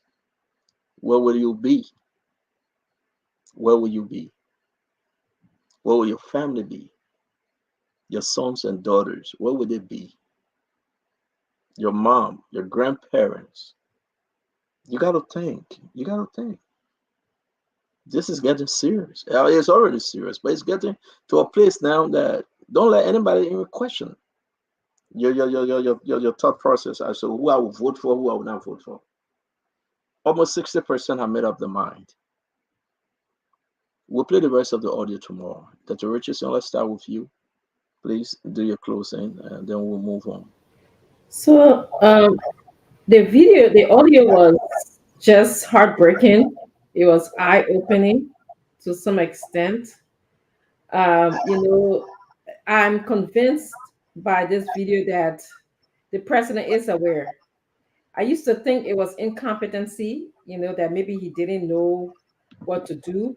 But this video, this recording tells me that it provides the intuition for me that he knows something about this. There's no way that we can sit here day in, day out, and give you all these evidence. People are speaking out. People are even begging you to do something, have political willpower, and you do nothing. You do nothing. So what is wrong? What is happening? And I have no more excuse of incompetency anymore. It's like you are aware, and perhaps the only reason why you don't want, I think Uncle Pete hit the issue on the nail. He said you don't want to act because you have insubordinates that are doing your dirty deeds, and you're in a cahoot. So for Liberians, corruption takes away the opportunity for your child to go to school.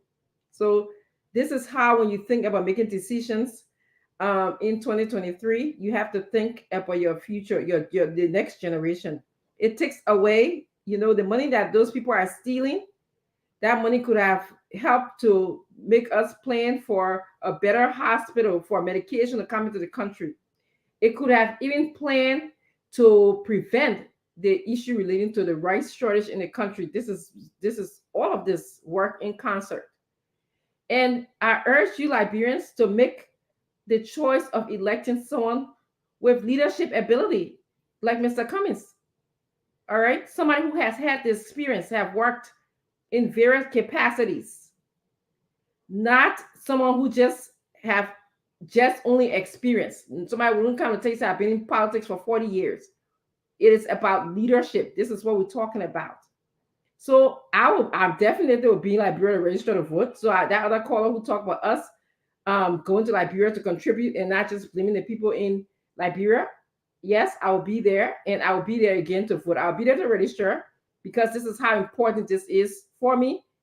I don't live in Liberia. My children don't live in Liberia, but my liver string is buried in Liberia. My ancestors, the people that put all the values in my head, all the senses in my head, they're from Liberia. And this is why I will not let Liberia go. So again, join me, vote for leadership, vote for Mr. Cummings, who have been tried and tested and who has leadership and experience, not just experience. Thank you. Thank you, Dr. Richardson. Dr. Peabody, you want to go ahead, please?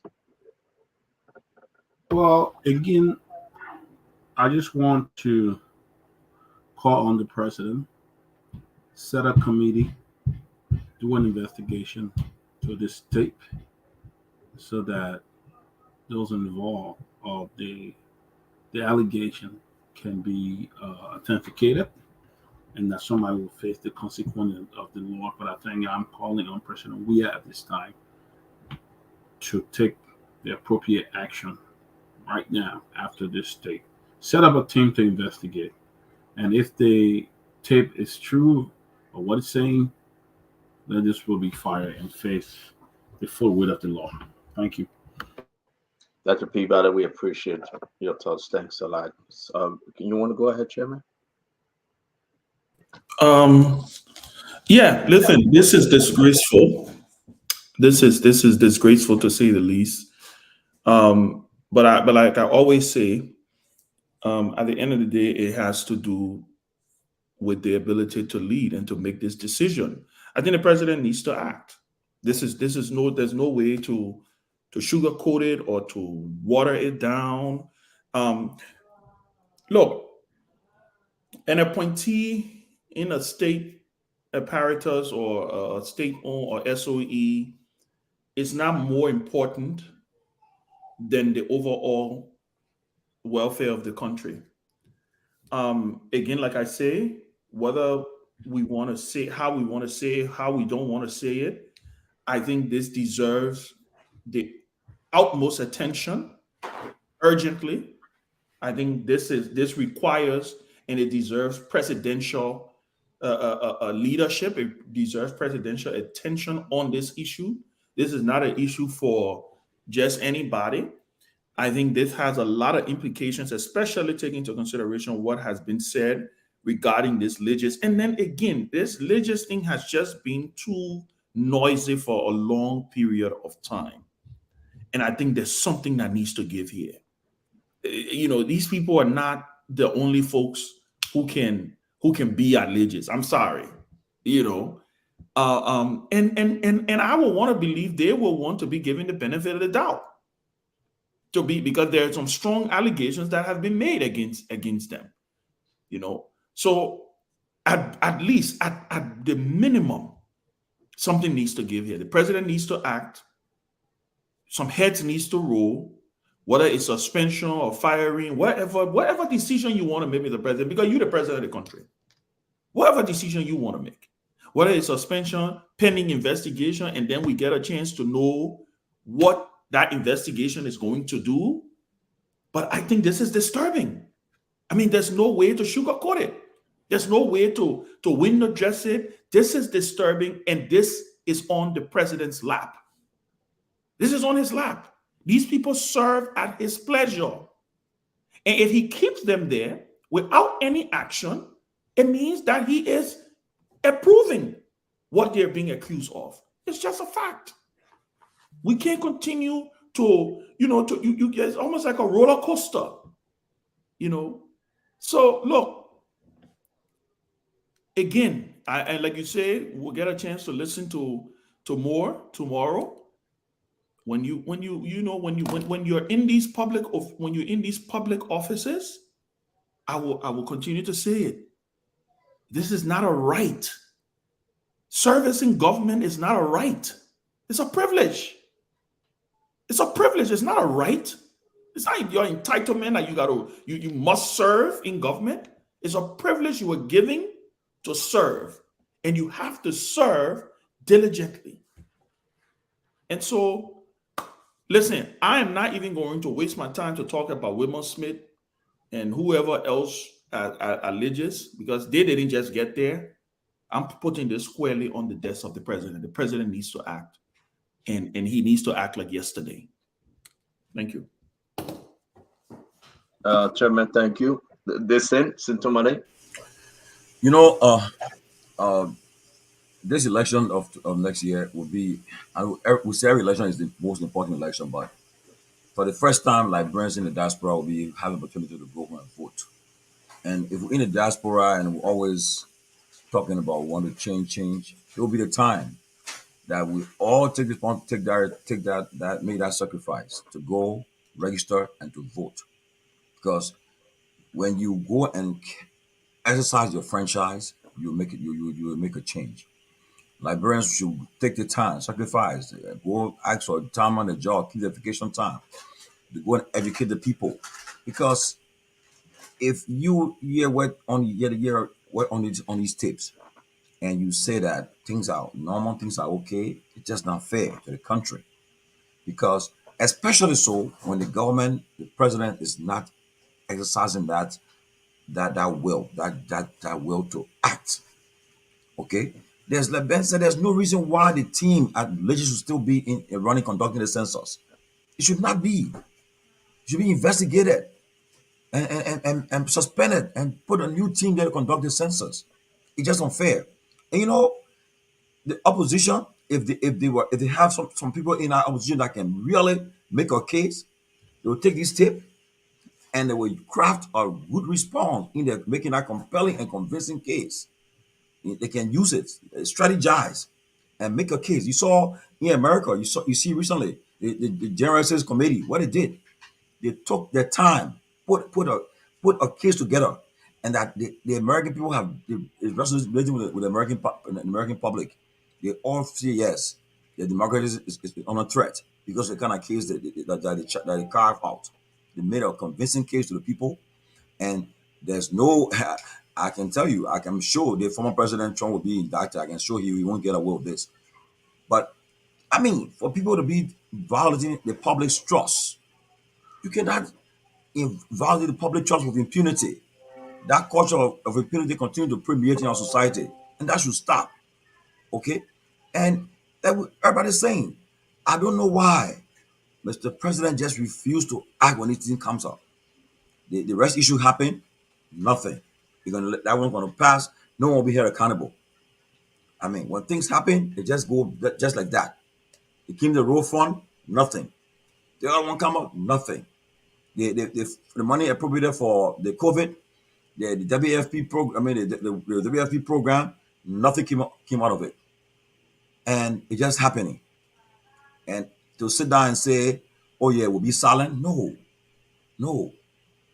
So as I say, in closing, is sad, and it's about time that we all Liberians from all walks of life get involved, educate the people, and let people know what's happening in the country, because the census should have been taken ever since.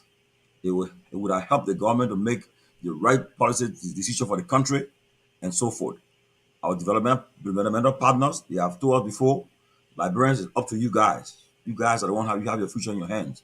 And to see what's happening in our country is so sad. So I just pray and hope that who listens to this program will know that it's serious, it's damning, and it is graceful. I pray and hope that some action will take place. And opposition people, the time for you to act. Don't just sit and talk. You look at this thing, this tip, go by it and just make your case and put the government to tax. Let the government respond by force. So it's just sad, and we're happy we discussed it today, and we dealt with it sufficiently, and we'll continue to deal with it in the coming days. But it's sad. Thank you very much, Sentiment and George. But let me say this though. There's a great need for us to think and rethink the way forward. Above all, we should just put Liberia first. No friendship, no relationship. I'm coming down still, Laura.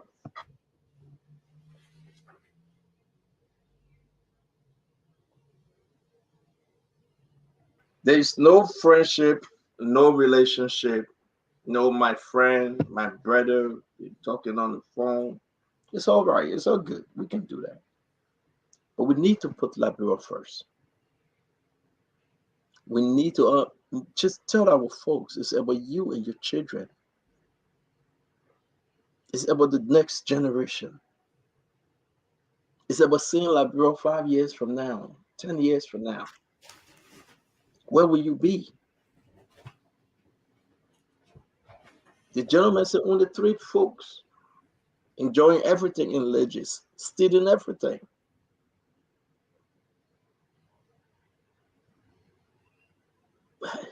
Can we just understand? Can we just think for a minute and just go back to the drawing board and say, yes, let's get it right? I listened to everything that the Peabody on the clip. I listened to it. When I listened to the lady on the, she called, she cried. Say, hey man, where are the wise men and women in Liberia? She asked the question. These guys then stealing.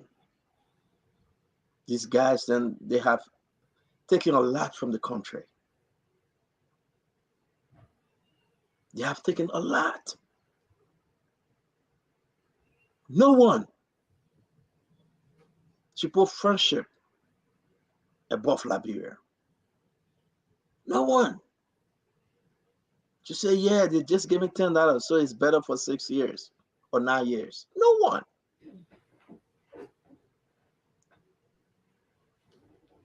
No one should think that what is happening in our country is normal.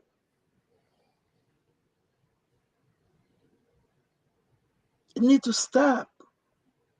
The president needs to stop this. The president needs to take action.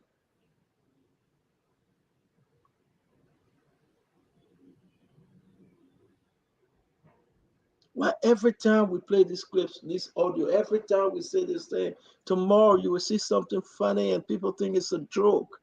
It's not a joke. Our people are dying.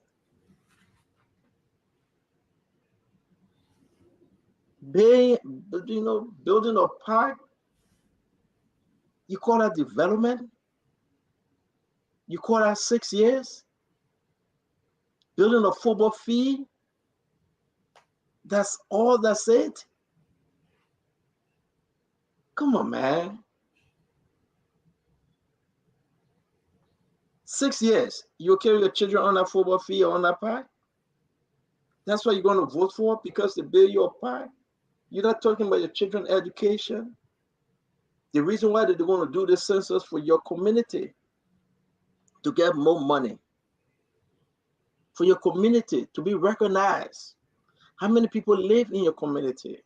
What do they need? Social development issues. Can they take hospital, clinic in your community? Can they build a library in your community? That's the reason, or some of the reason all these things need to take place. But people are just eating the money.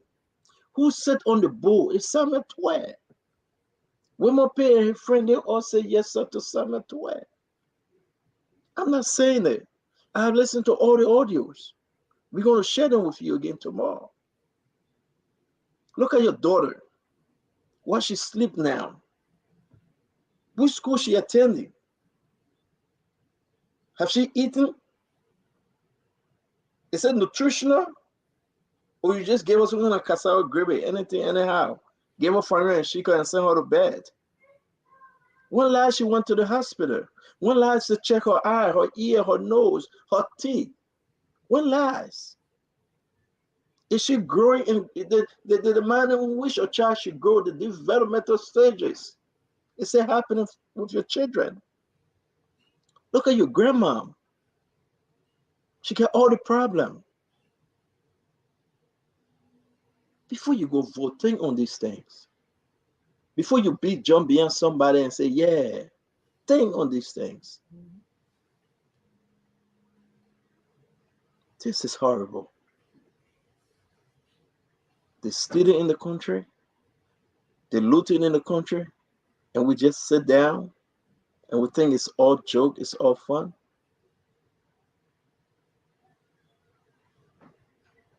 We're asking you, you're always with us. You join us all the time. We're just asking you, keep your eyes open. Ask God for direction. Our country is in a bad place, a horrible place.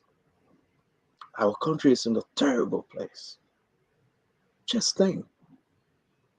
Just give it a thought.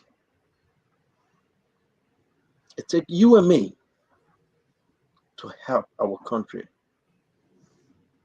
and make our country better. You will listen to the rest of the audio tomorrow, and then we will play the other individual that spoke on ledgers and the massive corruption of money these guys then got from ledgers. Even if the president fired them, these guys are rich. They should jail them. Not only just let them go, they should jail them. But the question remains, will President Joshua take any action? And I leave you with this question. And you come back tomorrow and let us know if the president will take action. Till we meet again tomorrow, may God bless you. May God keep you. May God bless our beloved country, Liberia. Take heart. Better days is coming. Keep the faith. Be strong. Never lose hope. There's always hope for the hopeless. And God's time will always be the best time. Have a good evening and good night.